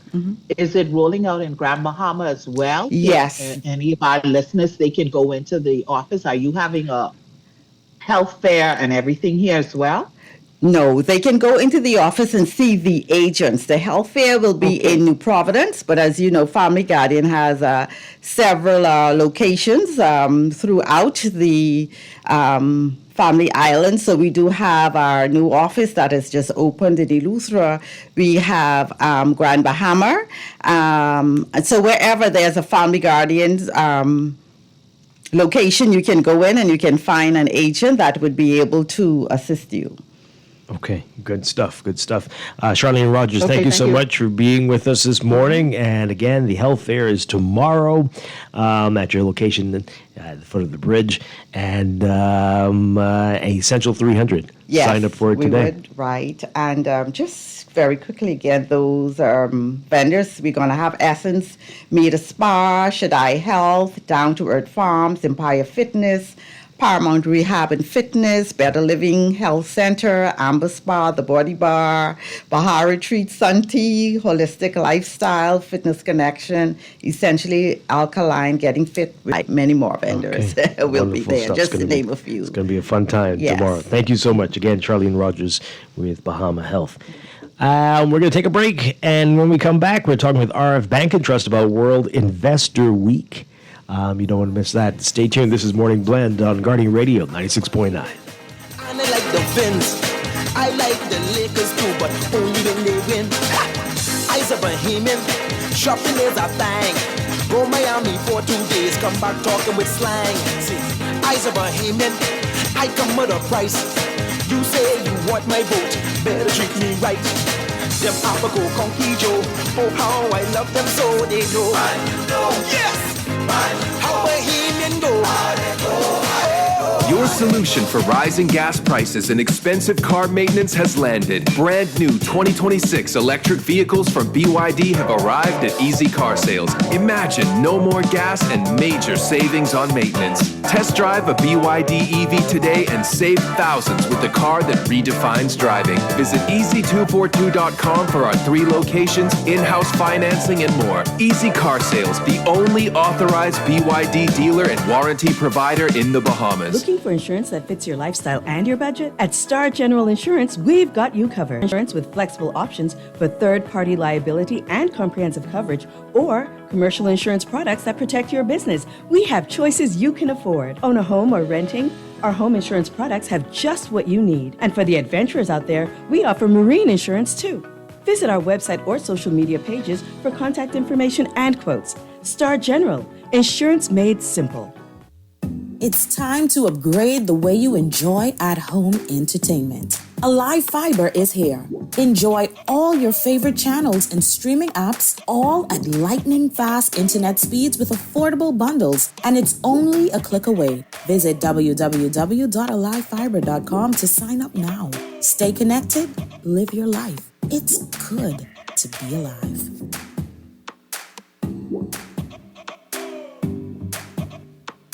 Sherwin-Williams Bahamas doesn't mess about when it comes to product range and product knowledge. If it's a new product come in the store, we walk the store and study that product. One thing with our boss, if a new product comes in, he takes the time and he's always keeping us up to date with product knowledge. And we just had 9 weeks of different products that we had to study, and we had exams at the end of each product. Yeah. The only way we could sell the product effective, we have to know that product. Yeah, that helps us to relate to our customers. It gives us better knowledge to know what product to introduce to them. You understand them to use and what product not to give them to use. So product knowledge is really key in Sherwin-Williams. They got the keys. And the key is the product knowledge that comes with our extensive product range at Sherwin-Williams Paints, Bahamas. Find color in every day. No one likes a fender bender. Oh, man. From a little scratch to a full mashup, NUA Insurance has got you covered with auto insurance tailored to fit your needs and budget. For affordable rates with free on-site accident assistance, visit us online or in branch and just ask us. NUA Insurance. Ask us because we've got you covered.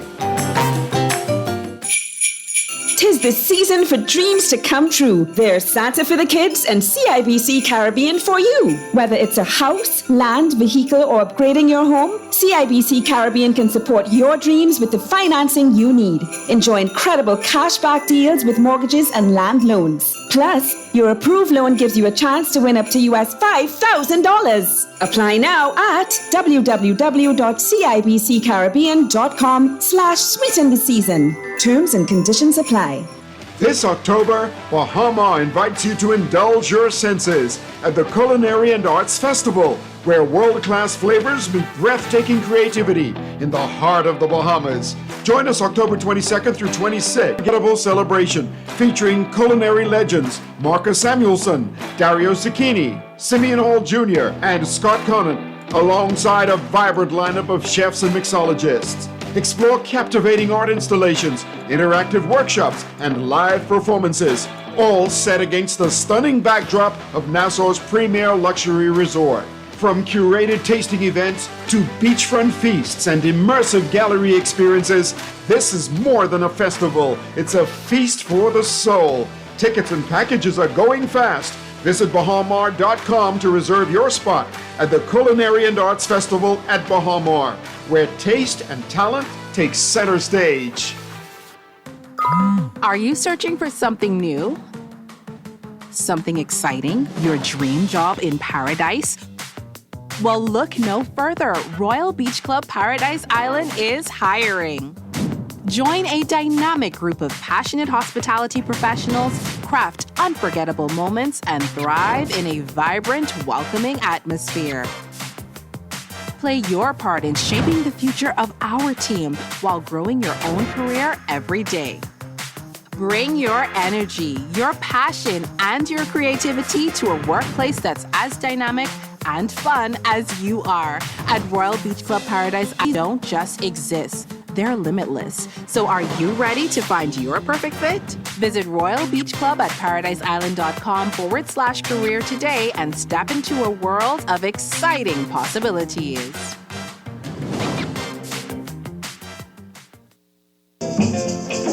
Love, ya, love, love, ya, love, love, ya, love, ya, you got spend your money.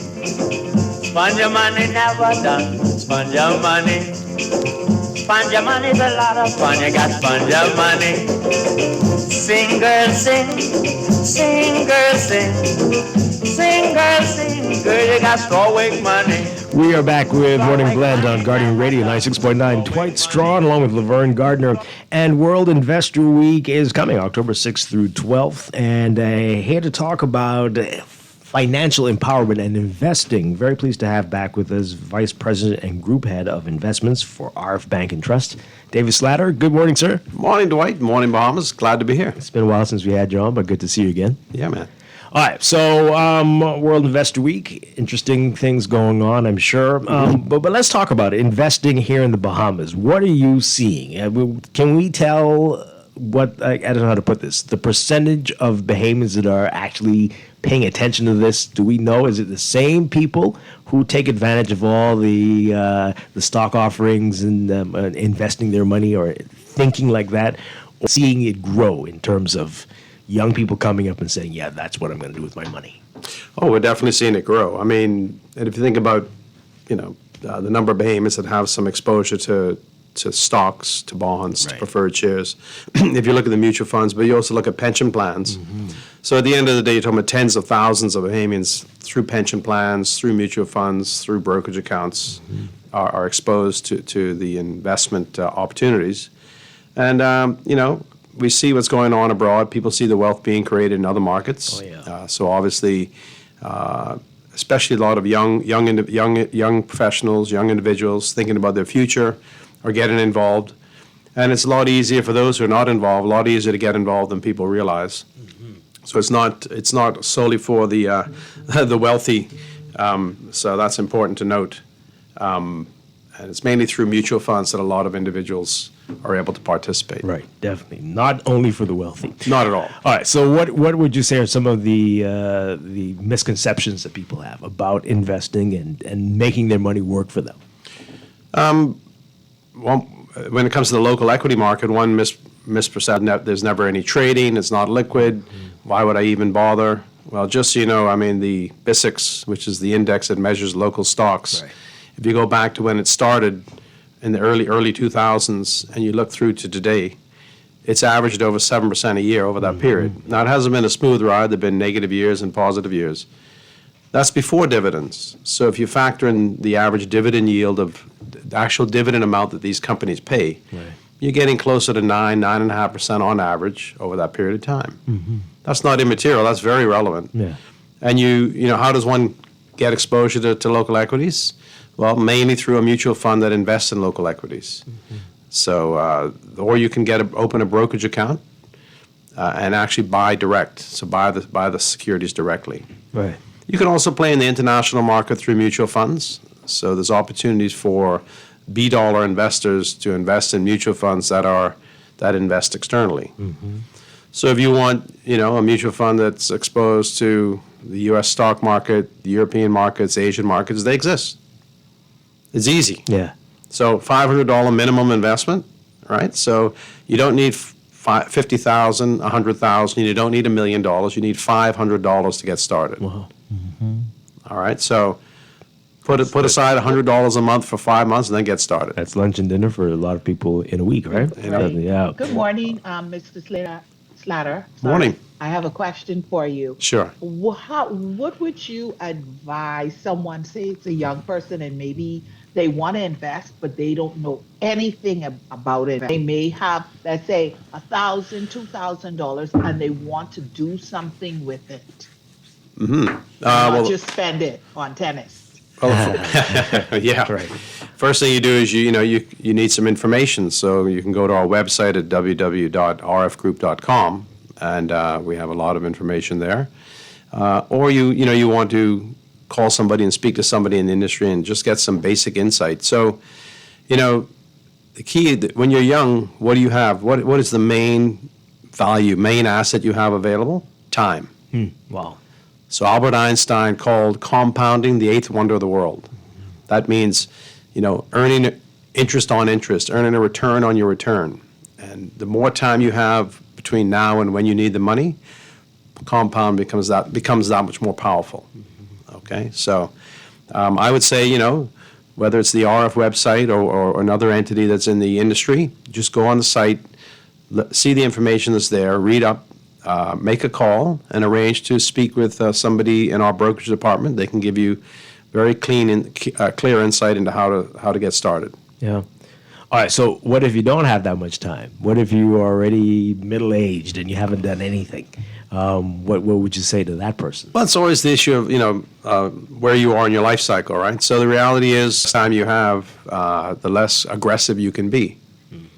So, if you've got an objective and you've only got 10 years to get there, and you don't want to risk, the equity market being down when you need the money, you need to be more conservative.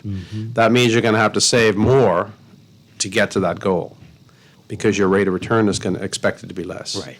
So the younger you are, get started, and you'd be shocked. So I mean, we've got several brokerage clients, young people who started young, and all they did was trade local stocks, and they're millionaires now. Really? Yes. I mean, I can local think stocks. And local millionaires. stocks. They're millionaires. They've been doing it for 20 years. Wow. Right? Mm-hmm. And they were just consistent. That's right? impressive. They're reinvesting dividends. They're somewhat aggressive, taking profits, reallocating. But you can become a millionaire as a young person in the local stock market. But you have to be consistent. You have to be diligent and putting money in on a regular basis. Well, you use the word aggressive. So does that mean that you have to have an appetite for risk, or you have to have you can't be risk averse? Is that what you're saying, or? So that's part of the equation, right? You as an individual, how does risk make you feel? Mm-hmm. Are you willing to accept risk over the short to medium term, or does it make you lose sleep at night? That's all part of the question. Right. So willingness to take risk, there's the ability to take risk. Mm-hmm. The richer you are, the greater your ability. Right. That doesn't mean you necessarily have the willingness. So I always tell people, they'll give you an example. So the local equity market has had years when it's been up 20%, years where it's down 18%. Wow. Right? Mm-hmm. You have to be willing to go through that roller coaster over the medium to long term to talk about these returns I'm talking about. So it's not a smooth ride. Now, if you are totally risk averse and you want to earn 2% on a fixed deposit or 1% on a fixed deposit, you better save a heck of a lot of money to get to your objective. Wow. All right. Then you have bonds that are more in that 6% range, and preferred shares that are more in that 7% range. So there's a variety of opportunities, a variety of ways to get to your objective. Well, I guess that's why we always hear people saying diversify. Right? Absolutely.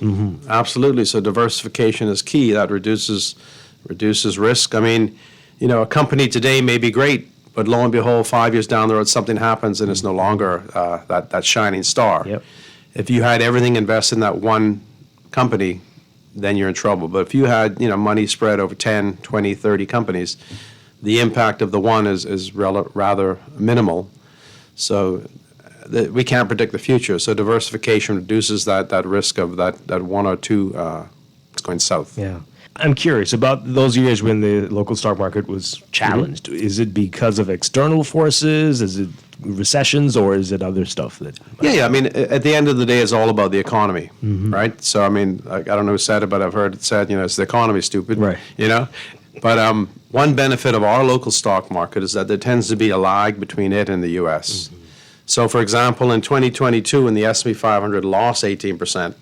Our market was up 17%. Wow. We outperformed by 35%. So that's diversification. Yeah. All right.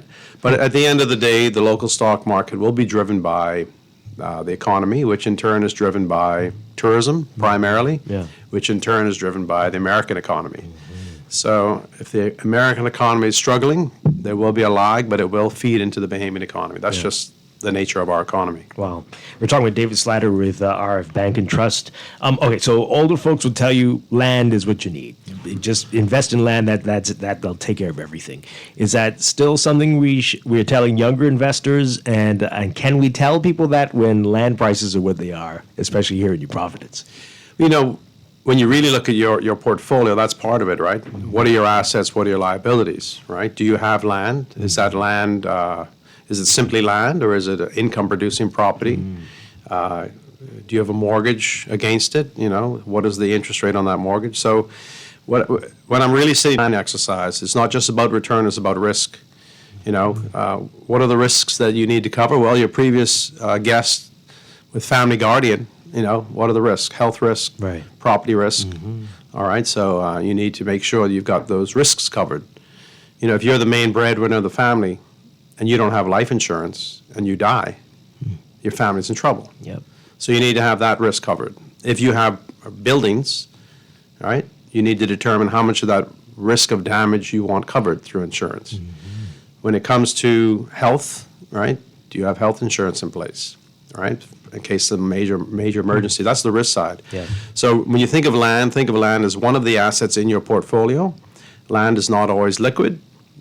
Right? So turning it into cash is not always easy, and it's costly.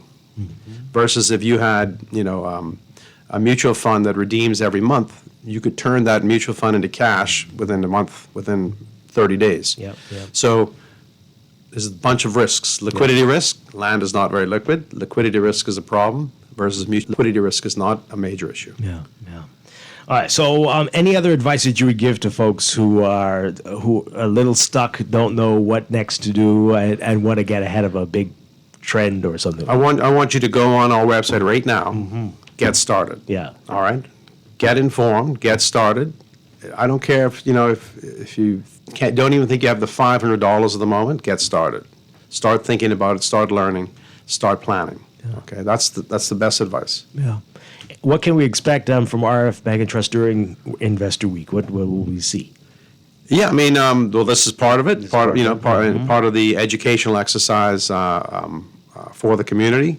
I know we're going to be doing some events along with the Securities Commission of the Bahamas, because this really is the International Securities Commission initiative. So the team will definitely keep everybody informed about what we're going to be doing. I'm actually off the island next week, so I'm not part of it. Oh, boy. But we'll definitely be doing our fair share Okay. to help educate the local population. That's very exciting stuff. One more time, give us that website. www.rfgroup.com. The number is 603-6000. All right. David Slatter gave us some good tips this morning. A lot of things to think about. And can't be too old, and you can never be too young, right?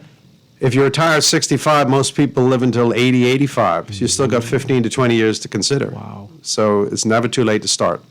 Absolutely. All right. We've got to have you back soon. Thank you so much, sir. Appreciate it. Thanks, Dwight. All right. We're going to take a break for news. This is Morning Blend on Guardian Radio 96.9.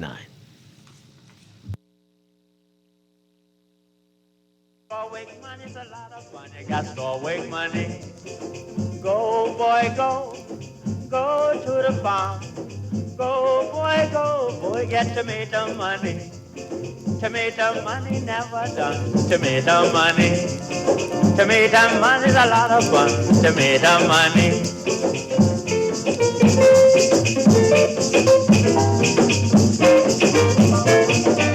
Things may be tough, but Wendy's got you covered. Grab a day single or chicken sandwich with a junior fries and 16-ounce beverage for just $6.95. Why choose less from the other guys? More bites and better deals. So purchase your Tings Tough Value Meal today. Now available at all locations excluding the airport and food truck.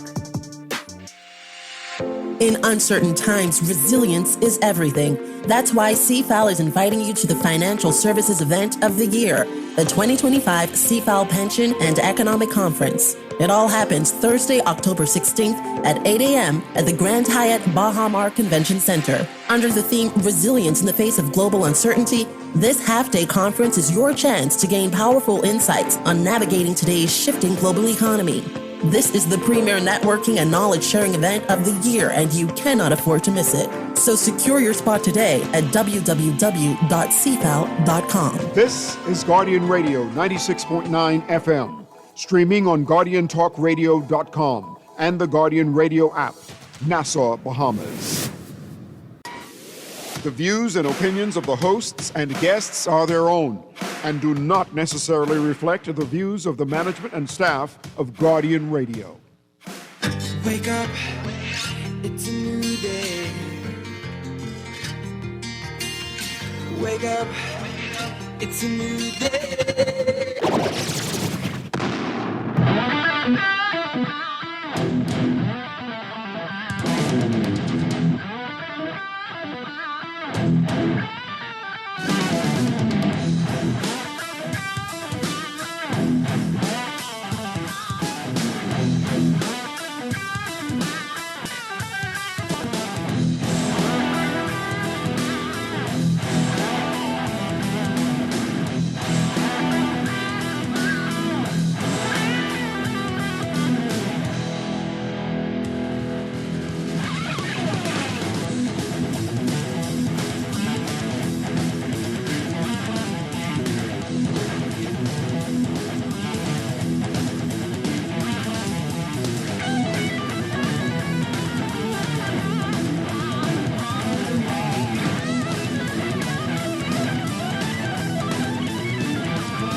Good morning and welcome to Morning Blend Business on this Thursday, October 2nd, 2025. Welcome back to our Morning Blend listeners. Once again, I'm Dwight Strachan along with Laverne Gardner.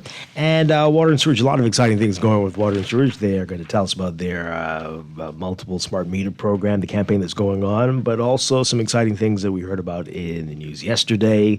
Back with us to tell us more, we're very pleased to have Head of Public Affairs and Marketing, Nicolette Eldon, Manager of Revenue Enhancement Unit, Danelle Brennan, and Manager of Building and Field Services, Kira Carey. Ladies, great to have you with us. Good morning.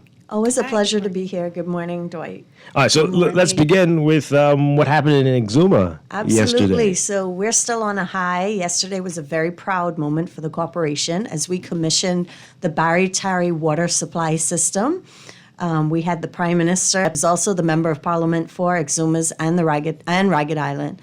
And also we had our Minister Leon Lundy. So it was a proud day for the people of Exuma as we commissioned that $9.1 million project. So it benefited the residents not only in Barry Terry, but also Alexander. Okay. So for those who don't know, this is the first time in Exuma's history that they're receiving piped potable water. Oh, wow. And if you also don't know the landscape of Exuma, you would know that Barry Terry was actually not connected to the mainland. Great Exuma. Great yeah. Mm-hmm. So water has always been a challenge. I had the opportunity last year to speak with some of those residents and hear just what that meant for them. And it was just a defining moment for them yesterday. So, yep, I'm definitely on a high.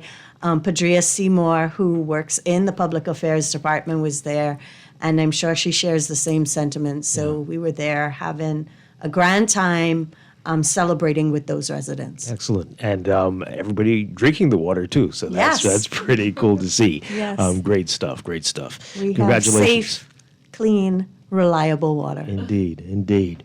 All right, so that's fantastic. And again, it's in today's National Guardian. You can read all about it and see all the photos as well. All right, so you're here, and how's it been going since then? Since because I think that was the week you launched it. Right, so we're So here it's been to talk about a month about later. Split the Bill campaign, Right. and Danelle has been leading that charge, and I think she'll tell you about the progress that we're making with that, and I think it's been receptive by all, but she's here to tell us all about it. Okay, Danelle. We've had an amazing response from the public in reference to the Split the Bill campaign. For those of you who don't know, Water and Sewage would have recently launched the Split the Bill campaign, which is all about promoting fair billing and water accountability. It is available now until November 30th. Property owners can take advantage of $250 off the standard connection fee for any additional meters installed into their property.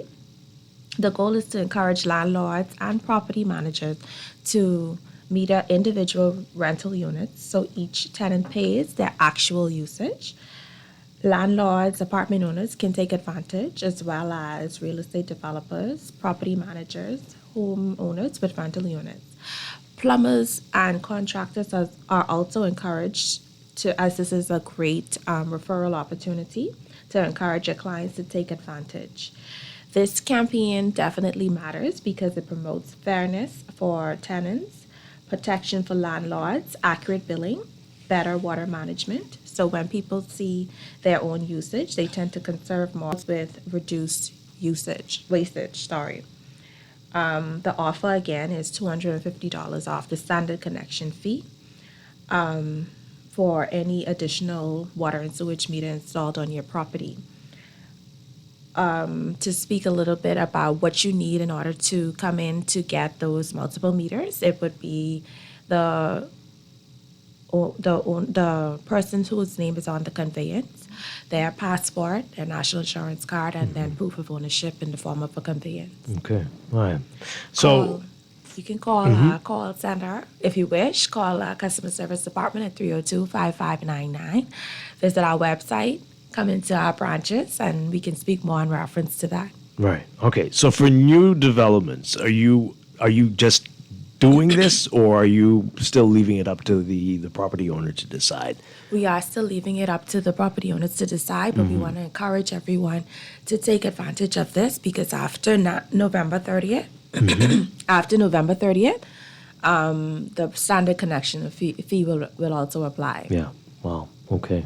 Can you say how many people have taken advantage, or?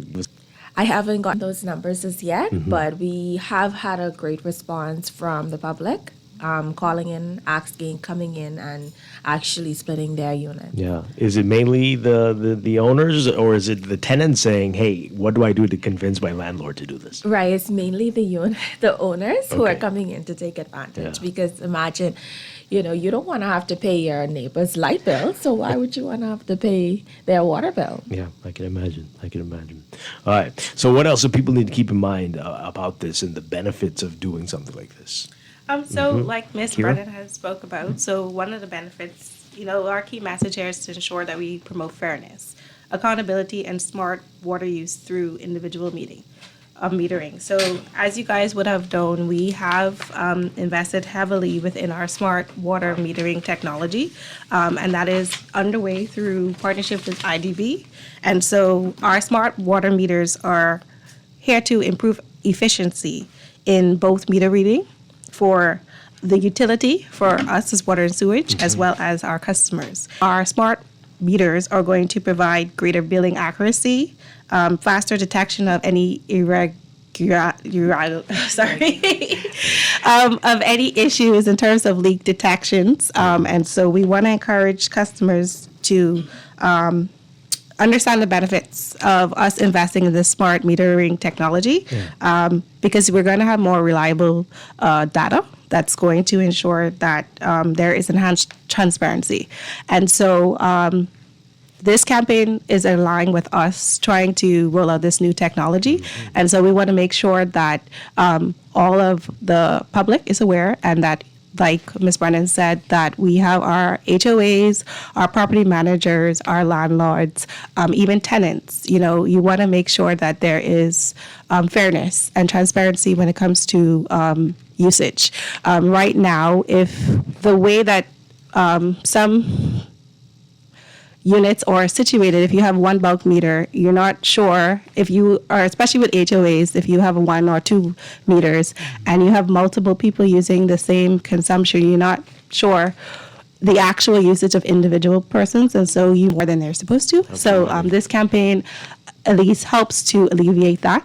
There's transparency, there's better community management, and that's one of the things we want to stress, especially for HOAs. I belong to a HOA, so I know the importance of, a campaign like this, because that's one of the things that do cause a lot of tension when you are sharing with persons, because you can't really tell who is using more. It's also promotion of conservation, because once you understand your uses past history, it'll help you to be able to think about ways that you can conserve water usage. And then also the early leak detection, because you might have some units that are experiencing some issues that other units are not experiencing, and it allows you to be able to respond quickly to those things. So this is a great campaign. From our side of things, like I said, we are rolling out the smart meters. We intend to accelerate our rollout of those new meters in the near future.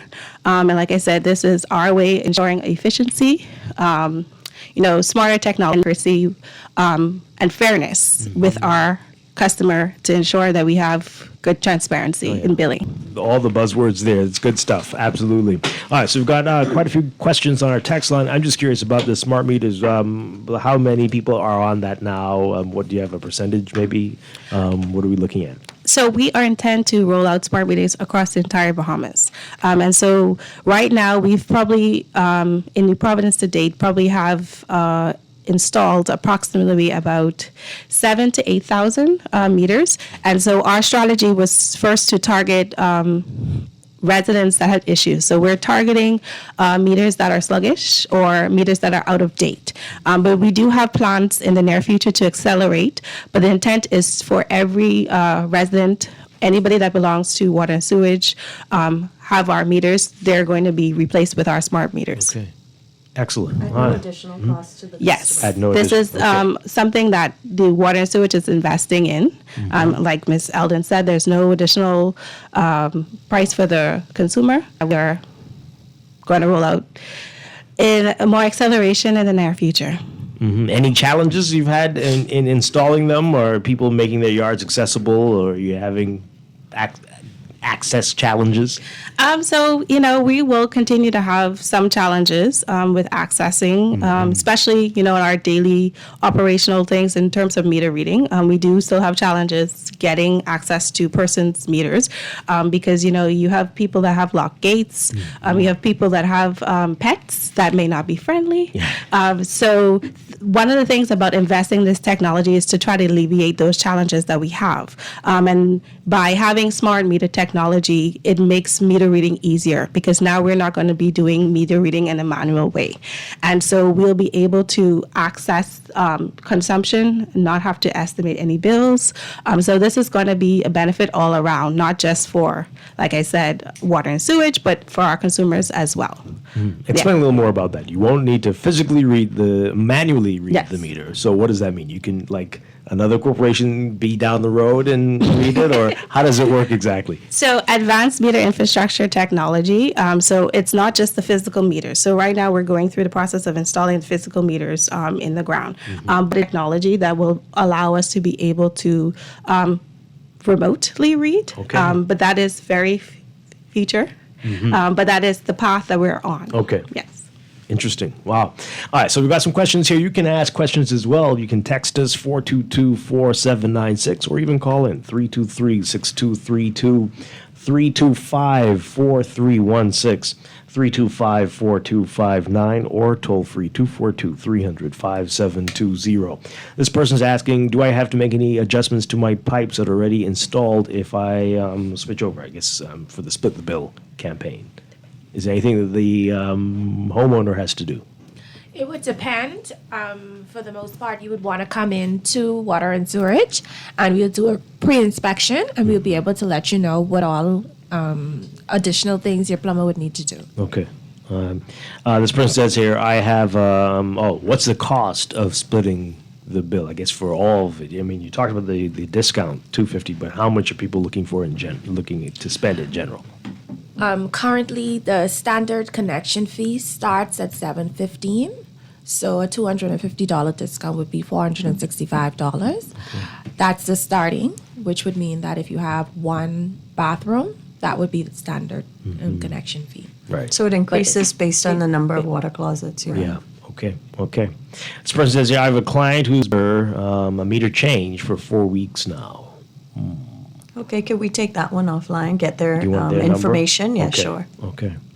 Another text here. I don't know. Boy. Okay.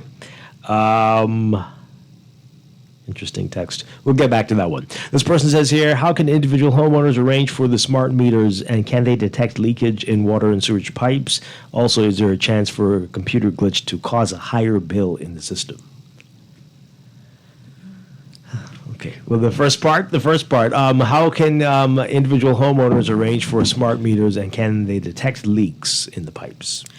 So, like I said, we do plan to change out existing meters. So, at the time, our primary focus, like I said, is on any meters that have been identified as sluggish or are old or causing issues for our consumers. That's the primary focus right now. But we do have plans to accelerate. So everybody that has an existing meter will be changed out to the smart meters. And so priority is, like I said, meters, and then also anybody that has new connections as well. They would get automatic. So if you notice that I have a baseline and before my bill comes out, can I be notified that something's gone awry, or will I get a surprise with the bill? Is that how it's going? I know we're going to switch to monthly reading, which would alleviate some of that.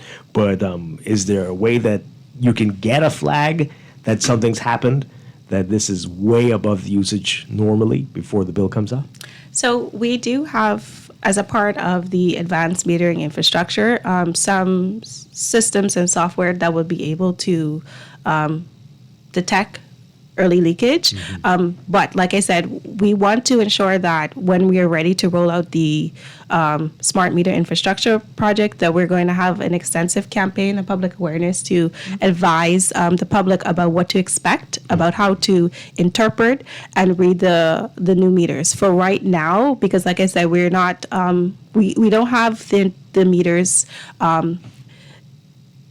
available through our entire network right now. Our priority, like I said, is the sluggish meters. So these are all things that are going to be futuristic very soon. But for right now, if persons identify that their bill is unusual, they can continue to reach out to the corporation. Our billing team does analyze, and we do monitor consumptions. So we'll be able to detect any anomalies right now for usage, because that's something that we do as a part of our billing team. We analyze the consumption of as we bill. Yeah. So if we do notice that there are some discrepancies in terms of usage, we do flag, and we do try to engage the customer and let them know that they may have a possible scenario of having a leak. And so it's up to working with the customer to ensure that they get the proper documentation, they get a plumber to come on site and to verify that there's a leak, and then we'll be able to work with them to try to reverse any charges. So that is the current process today. That will be the process that's going to continue. And like I said, as we start to ramp up our advanced metering and our smart meterings, we will ensure to have a very extensive public awareness campaign about what to expect around the smart meters. To add to what she said, we can't contact you if we don't have updated information. And both of these ladies have been working tirelessly to attempt to reach those customers. Their phone number has changed, or they're just a number of reasons why we can't contact them, or they may have had an old email address, so they may have been on Hotmail or Yahoo, but have switched over to Gmail. Hotmail's still a thing. It is? I think it depends on what decade you were born in. Oh, boy. No shade there, but that's so important. We can't reach out to you to say that we've discovered an anomaly on your bill if we don't have that update information. So we encourage all customers, just check in with us to make sure we have all of your updated information. Okay. All right.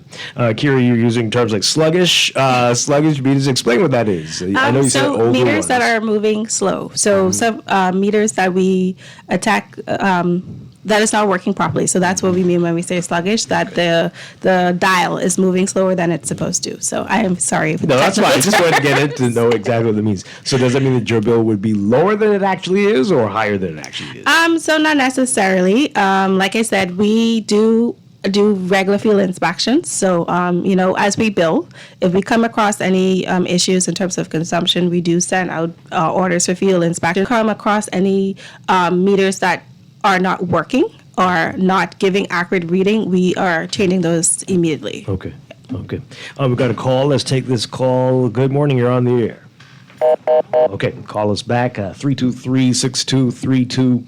325-4316, 325-4259. All right, and let's take this one. Good morning, caller. You're live on the air.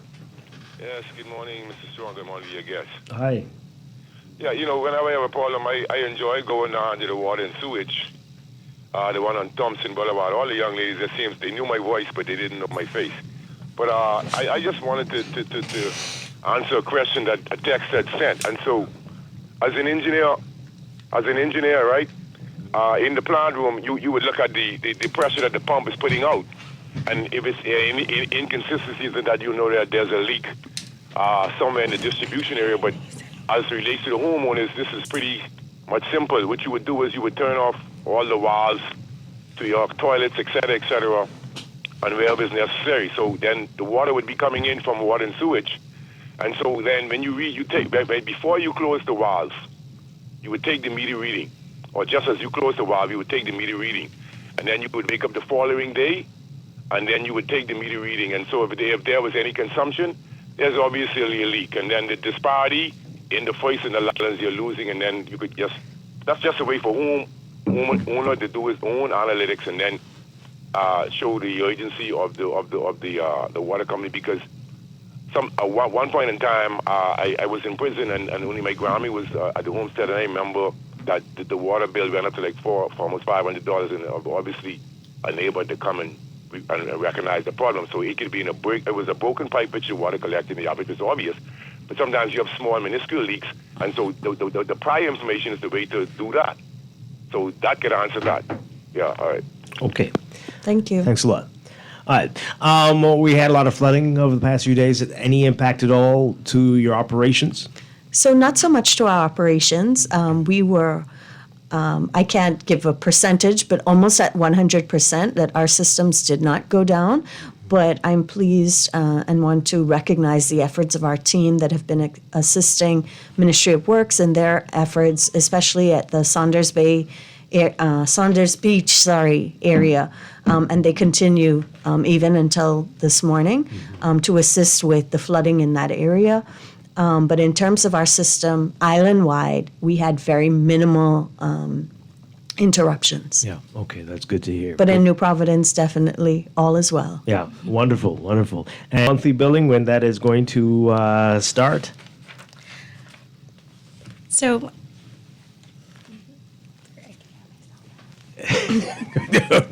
that's a good thing. You can hear yourself. So for monthly billing, we are underway with that. And so once again, our intent is when we are ready to launch monthly billing, we will have an extensive public awareness campaign. We understand the concerns of the customers. We want to make sure that they are fully aware of what to expect when we go to monthly billing.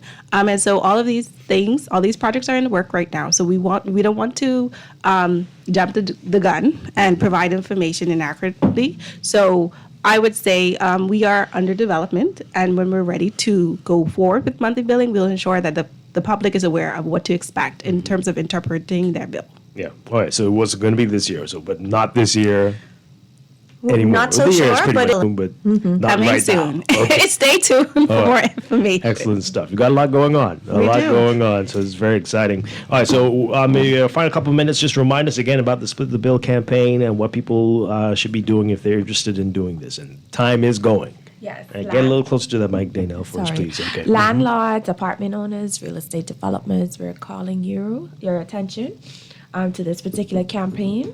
Separate your meters for each unit. You'll receive $250 off the additional meters. And you're just encouraged to do so. It promotes fairness within your tenants. It protects the landlord. It promotes accurate billing. As Ms. Carey would have indicated, you're better able to detect any leakage or anything like that. You're urged to come in with your national insurance card, passport, and proof of ownership. Awesome stuff. Good. Yep. All right. And also complete the entry form as well. Again, you can call our call center at 302-5599 for more information. So I was just going to say, I don't always often get the opportunity to thank my team publicly, but I wanted to send kudos out to Padria Seymour, Kanisha Delancey, and Devin Griffin for all their hard work in ensuring that that Barry Tari event was a smooth and successful event. So I really wanted to extend my sincere appreciation. Yeah, and so to add to that, my team as well, because, there has been severe weather and, continue operation as usual.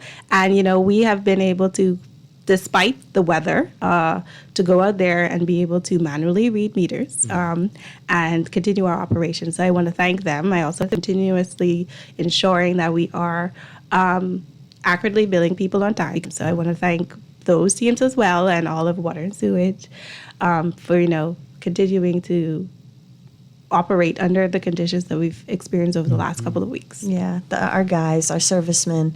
Our call center was actually up and running for those persons who may have experienced some difficulties at their homes. We had our team of at our contact center led by Raquel Dorset, Antoinette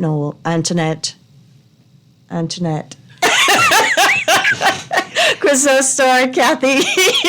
See, when you start calling names, you get in trouble, right? But that team, they were on site, they were working, and so there was not a break in our service. So we were happy to be able to lend that assistance to our customers. So while people were home probably snacking out, our teams are hard at work. Working. Yes. Yeah. Good stuff. We salute you. Thank you all so much. Really Thank appreciate you. it. Thank you for sharing the information. Nicolette Eldon, Danielle Brennan, and Kira Carey. Thank you, ladies. Thank you very much. Thank you. Thank you. And Badria, thank you as well. We're going to get her to talk next time. Yes. All right. Thank you again, Water and Sewage Corporation. We're going to take a break and be back with our final few minutes. We'll get back to John Canoe. Oh, boy. Can you all help with them? We'll be going back to water and sewage. All right. Stay with us, folks. This is Morning Blend, Morning Blend Business on Guardian Radio 96.9.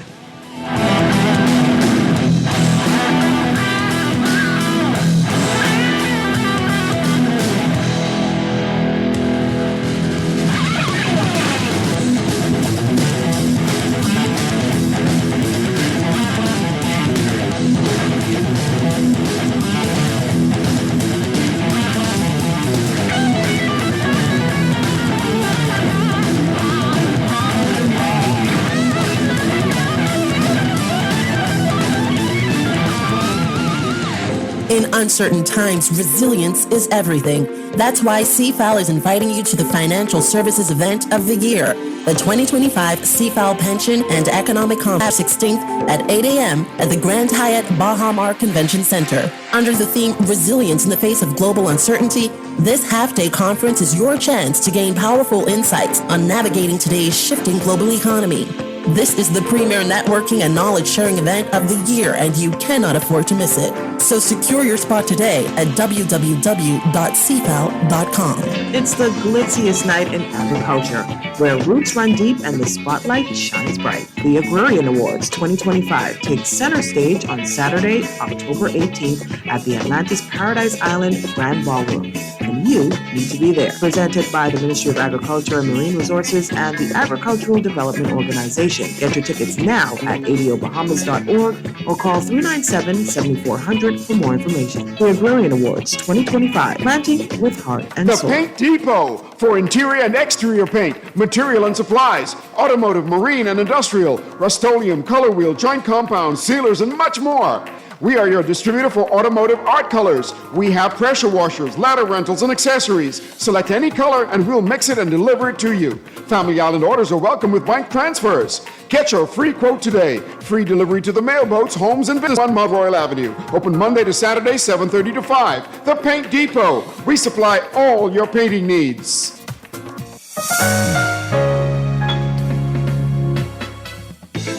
Don't wait for a storm to arrive. Stock up on hurricane supplies, make home repairs, purchase a generator, and more this hurricane season with a Fidelity personal loan. Make that move today. Call 356-7764. Fidelity, we're good for you. Your solution for rising gas prices and expensive car maintenance has landed. Brand new 2026 electric vehicles from BYD have our easy car sales. Imagine no more gas and major savings on maintenance. Test drive a BYD EV today and save thousands with the car that redefines driving. Visit easy242.com for our 3 locations, in-house financing, and more. Easy Car Sales, the only authorized BYD dealer and warranty provider in the Bahamas. In uncertain times, resilience is everything. That's why CFAL is inviting you to the financial services event of the year, CFAL Pension and Economic Conference. It all happens Thursday, October 16th at 8 a.m. at the Grand Hyatt Bahama Convention Center. Under the theme Resilience in the Face of Global Uncertainty, this half-day conference is your chance to gain powerful insights on navigating today's shifting global economy. This is the premier networking and knowledge-sharing event of the year, and you cannot afford to miss it. So secure your spot today at www.cfal.com.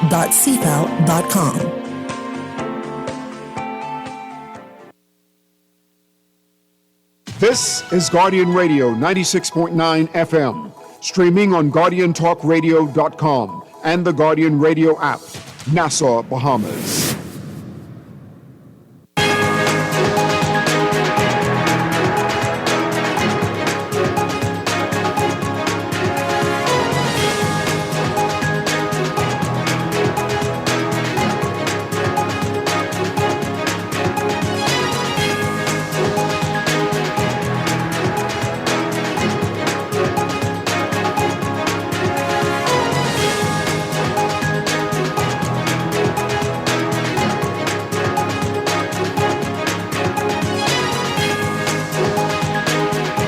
It is time for your morning business report brought to you by CFAL.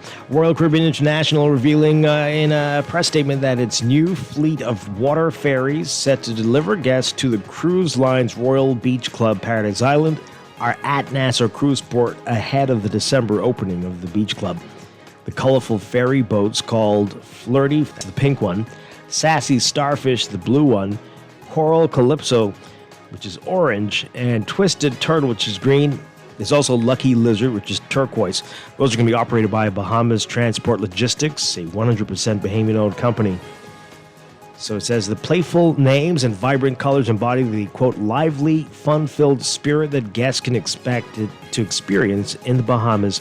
It says that BTL specializes in marine transportation and will own and operate the Royal Beach Club water ferry business. More on that in today's Guardian Business section. Junkanoo Beach Association President Byron says that the Ministry of Tourism, Investments and Aviation has no authority to suspend employees of any establishment on Junkanoo Beach.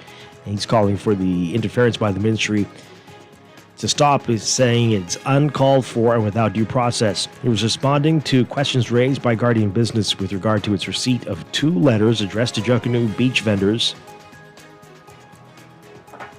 who are, namely Sony Ben-Ami, owner of CNS Water Sports, and Tonya Larry, a hair braider. They were informed that members of their staff are prohibited from working on Junkanoo Beach.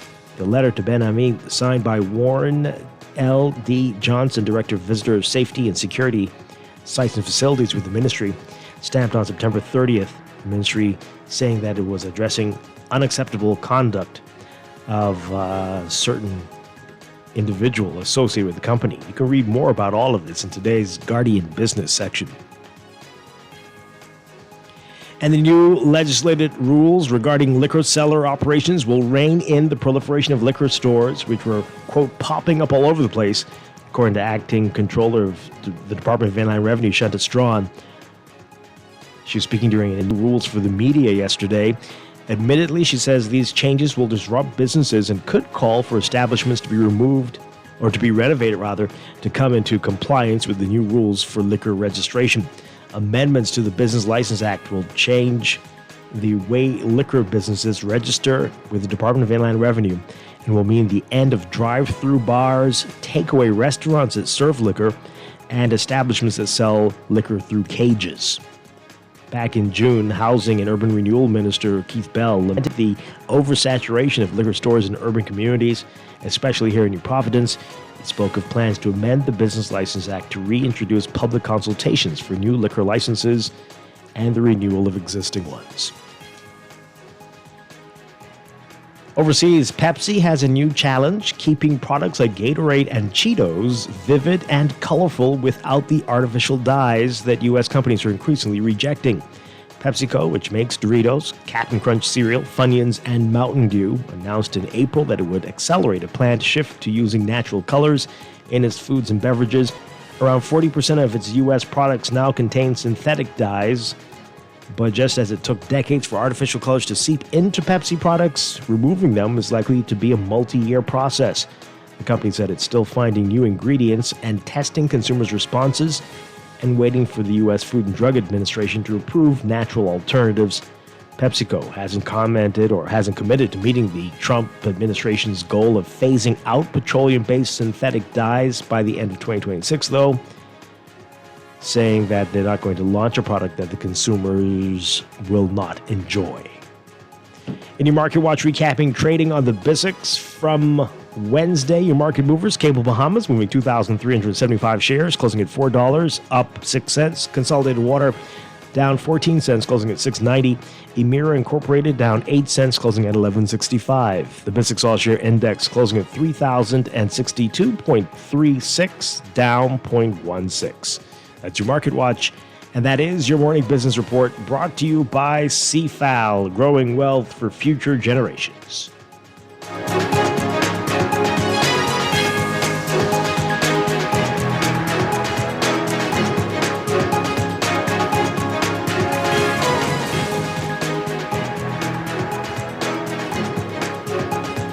This is Guardian Radio 96.9 FM. Streaming on GuardianTalkRadio.com and the Guardian Radio app. Nassau, Bahamas.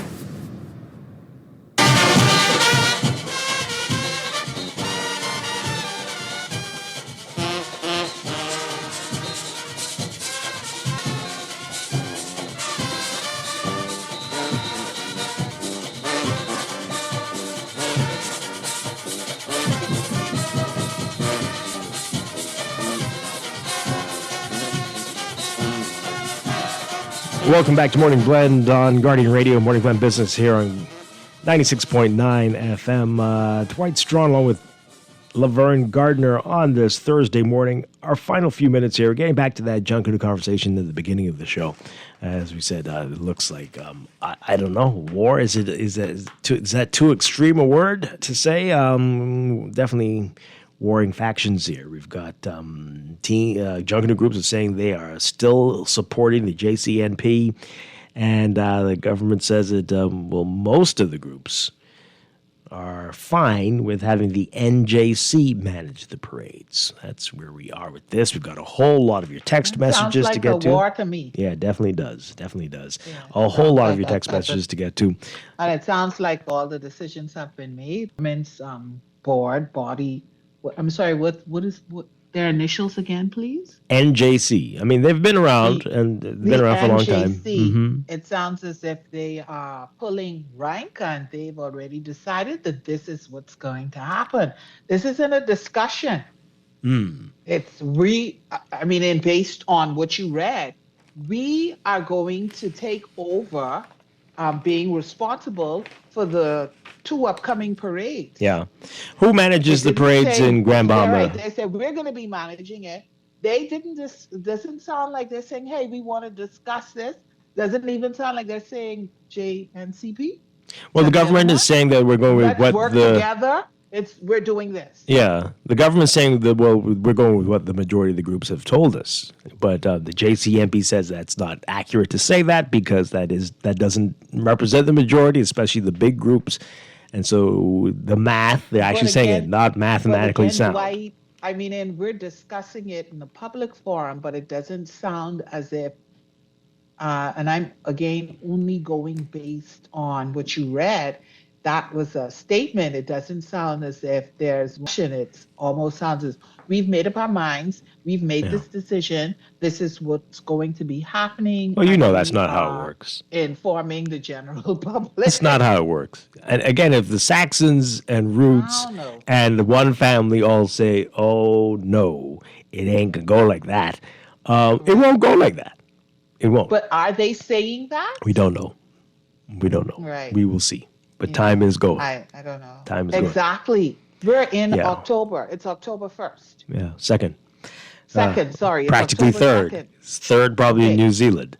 So soon. At this point, I would think that if they were not in agreement, if they were opposed to it, they would be speaking out. Or are they going to be speaking through the JNCP?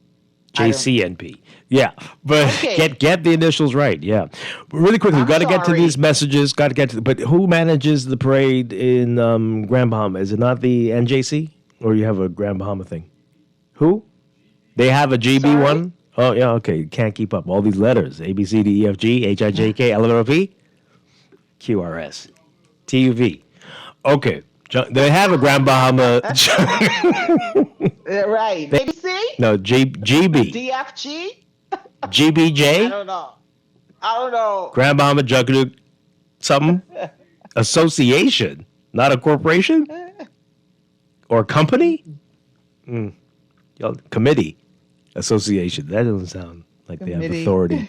They don't have authority. Anyway, okay, so these messages. Okay, this is another person. This is what you were talking about earlier. Trying to bring Carnival into this. We're not going to have it. Not today. Not today. This person says the government should not interfere with the boxing and New Year's Day parades or the running or the fighting that's going on with the Valley Boys. This is wrong, and I have to vote for my government for killing the spirit of Junkanoo. What now? Junkanoo makes me happy. My government does not. You don't mess with Junkanoo. The government will learn. Wow. Okay. This person says here the JCNP has a better lineup of groups. No, let's not start talking like that now. Wow. So you see how dangerous this could become? Which one you go, D Junkanoo or NJC Junkanoo? I usually like is the JCNP Junkanoo. I'm going to go to that one. So it'll be like competing football leagues. Yeah? Okay. Anyway, the JCNP has a better lineup of Junkanoo groups. The government is wrong and shouldn't get involved in Junkanoo on this level. The NJC should not allow groups like Music Makers and Prodigal Sons who don't show up to parades to have any say in Junkanoo. That's ludicrous. Seems like the government is pushing their way into Junkanoo business or personal agendas and needs to stand down. This person says here, what is unfortunate about this matter is the political and governmental interference at the highest levels to affect a particular outcome that favors the faction led by Trevor Davis. All of this stems from the government's favoritism of the Trevor Davis-led Valley Boys to compete in the parades, disregarding established JCNP rules. All in an attempt to see the way forward compete on Boxing Day, the government has intervened to manage the parades through the NJC. Do you think this would just end if the JCNP said, fine, we'll let the Way Forward guys compete on Boxing Day and not just New Year's? You think that would end? No, my producer says no, that's not going to be the end of it. It's bigger than that. I think it would. I agree. I don't think it would end there. I think, as one of the callers said, it really is about taking away whatever perceived power or whatever power the JNCP, did I say it correct? JCNP, yes. Okay. JCNP has. Mm-hmm. JCNP has.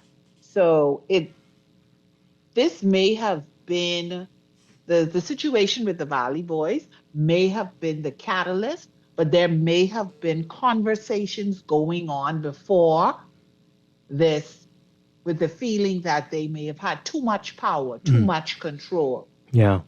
This person says here, with all the problems that we have in the Bahamas, why are we talking so much about Junkanoo? Wow. Because I tell you. we can walk and chew gum. Mm-hmm. And it's a very big part of the way of life for so many people in the country. So, and if we do not talk about this, it does not solve all of the other problems, which we also give a... Yeah. And, boy. And I'm sure someone could say that about everything we talk about. Why are you all talking about banking? Why are you all talking about traffic? Why are you all talking... So let's not do that on a talk radio station, please. This person says here, under the NJC, the new Valley Boys will be able to compete in the A category. Mystery solved. Thank you, GNN, for the clarification. So they think it's only because of that. And a few more messages before we have to go. This person says here, a lot of people miss the Valley Boys issue. There is a group registered with the JCNP as the Valley Boys. If the court said that name belongs to the Way Forward faction, then that's the entity that's registered. If the JCNP follows their own rules, it really is the world famous that ought to be doing exhibition. Whoa. The JCNP picked a side and lost and don't want to live with the results. Oh, boy. This texture says here, remember that the JCNP are the groups and the NJC is the government. This is a hostile takeover attempt. Remember, the minister originally said that this new bill for strengthening national oversight, the sinister plot every blind observer telegraphed has now manifested. What now? Keep the politics out. Okay. Well, this is going to be interesting. I don't think it's over yet. We will see. And if the right big names say certain things, this could go in a very different way. But we will see. We will see. I'm sure the solution, while it might not have been a simple road to get where we are, I suspect the solution is not as complicated as it may seem to some people. And I hope calmer heads will prevail and we can get this going. Yeah. Laverne, thank you so much for being with us this morning. Really appreciate you always. Always a pleasure. Mm-hmm. Oh, it's GBJC. That's a lot. GBJC. That's kind of awkward. Grand Bahama Junkanoo Corporation. Grand Bahama Junkanoo Committee? What's awkward Corporation. No, but to say GBJC. Say that 5 times about that? fast. I don't think. Say it. Say it 5 times fast. You just want to say make it. an issue. Say GBJC. Anyway, and I'm tired. I'm tired. So you disproved. But anyway, have yourself Enjoy a wonderful it. morning. To our listeners, have yourself a wonderful morning. Always a pleasure. Bye. Talk with you next week. I'll be back tomorrow morning with more Morning Blend and Morning Blend Business here on Guardian Radio 96.9. Dwight, Strachan, have a great day, everybody. Stay tuned for On the Clock with Aaron Green next.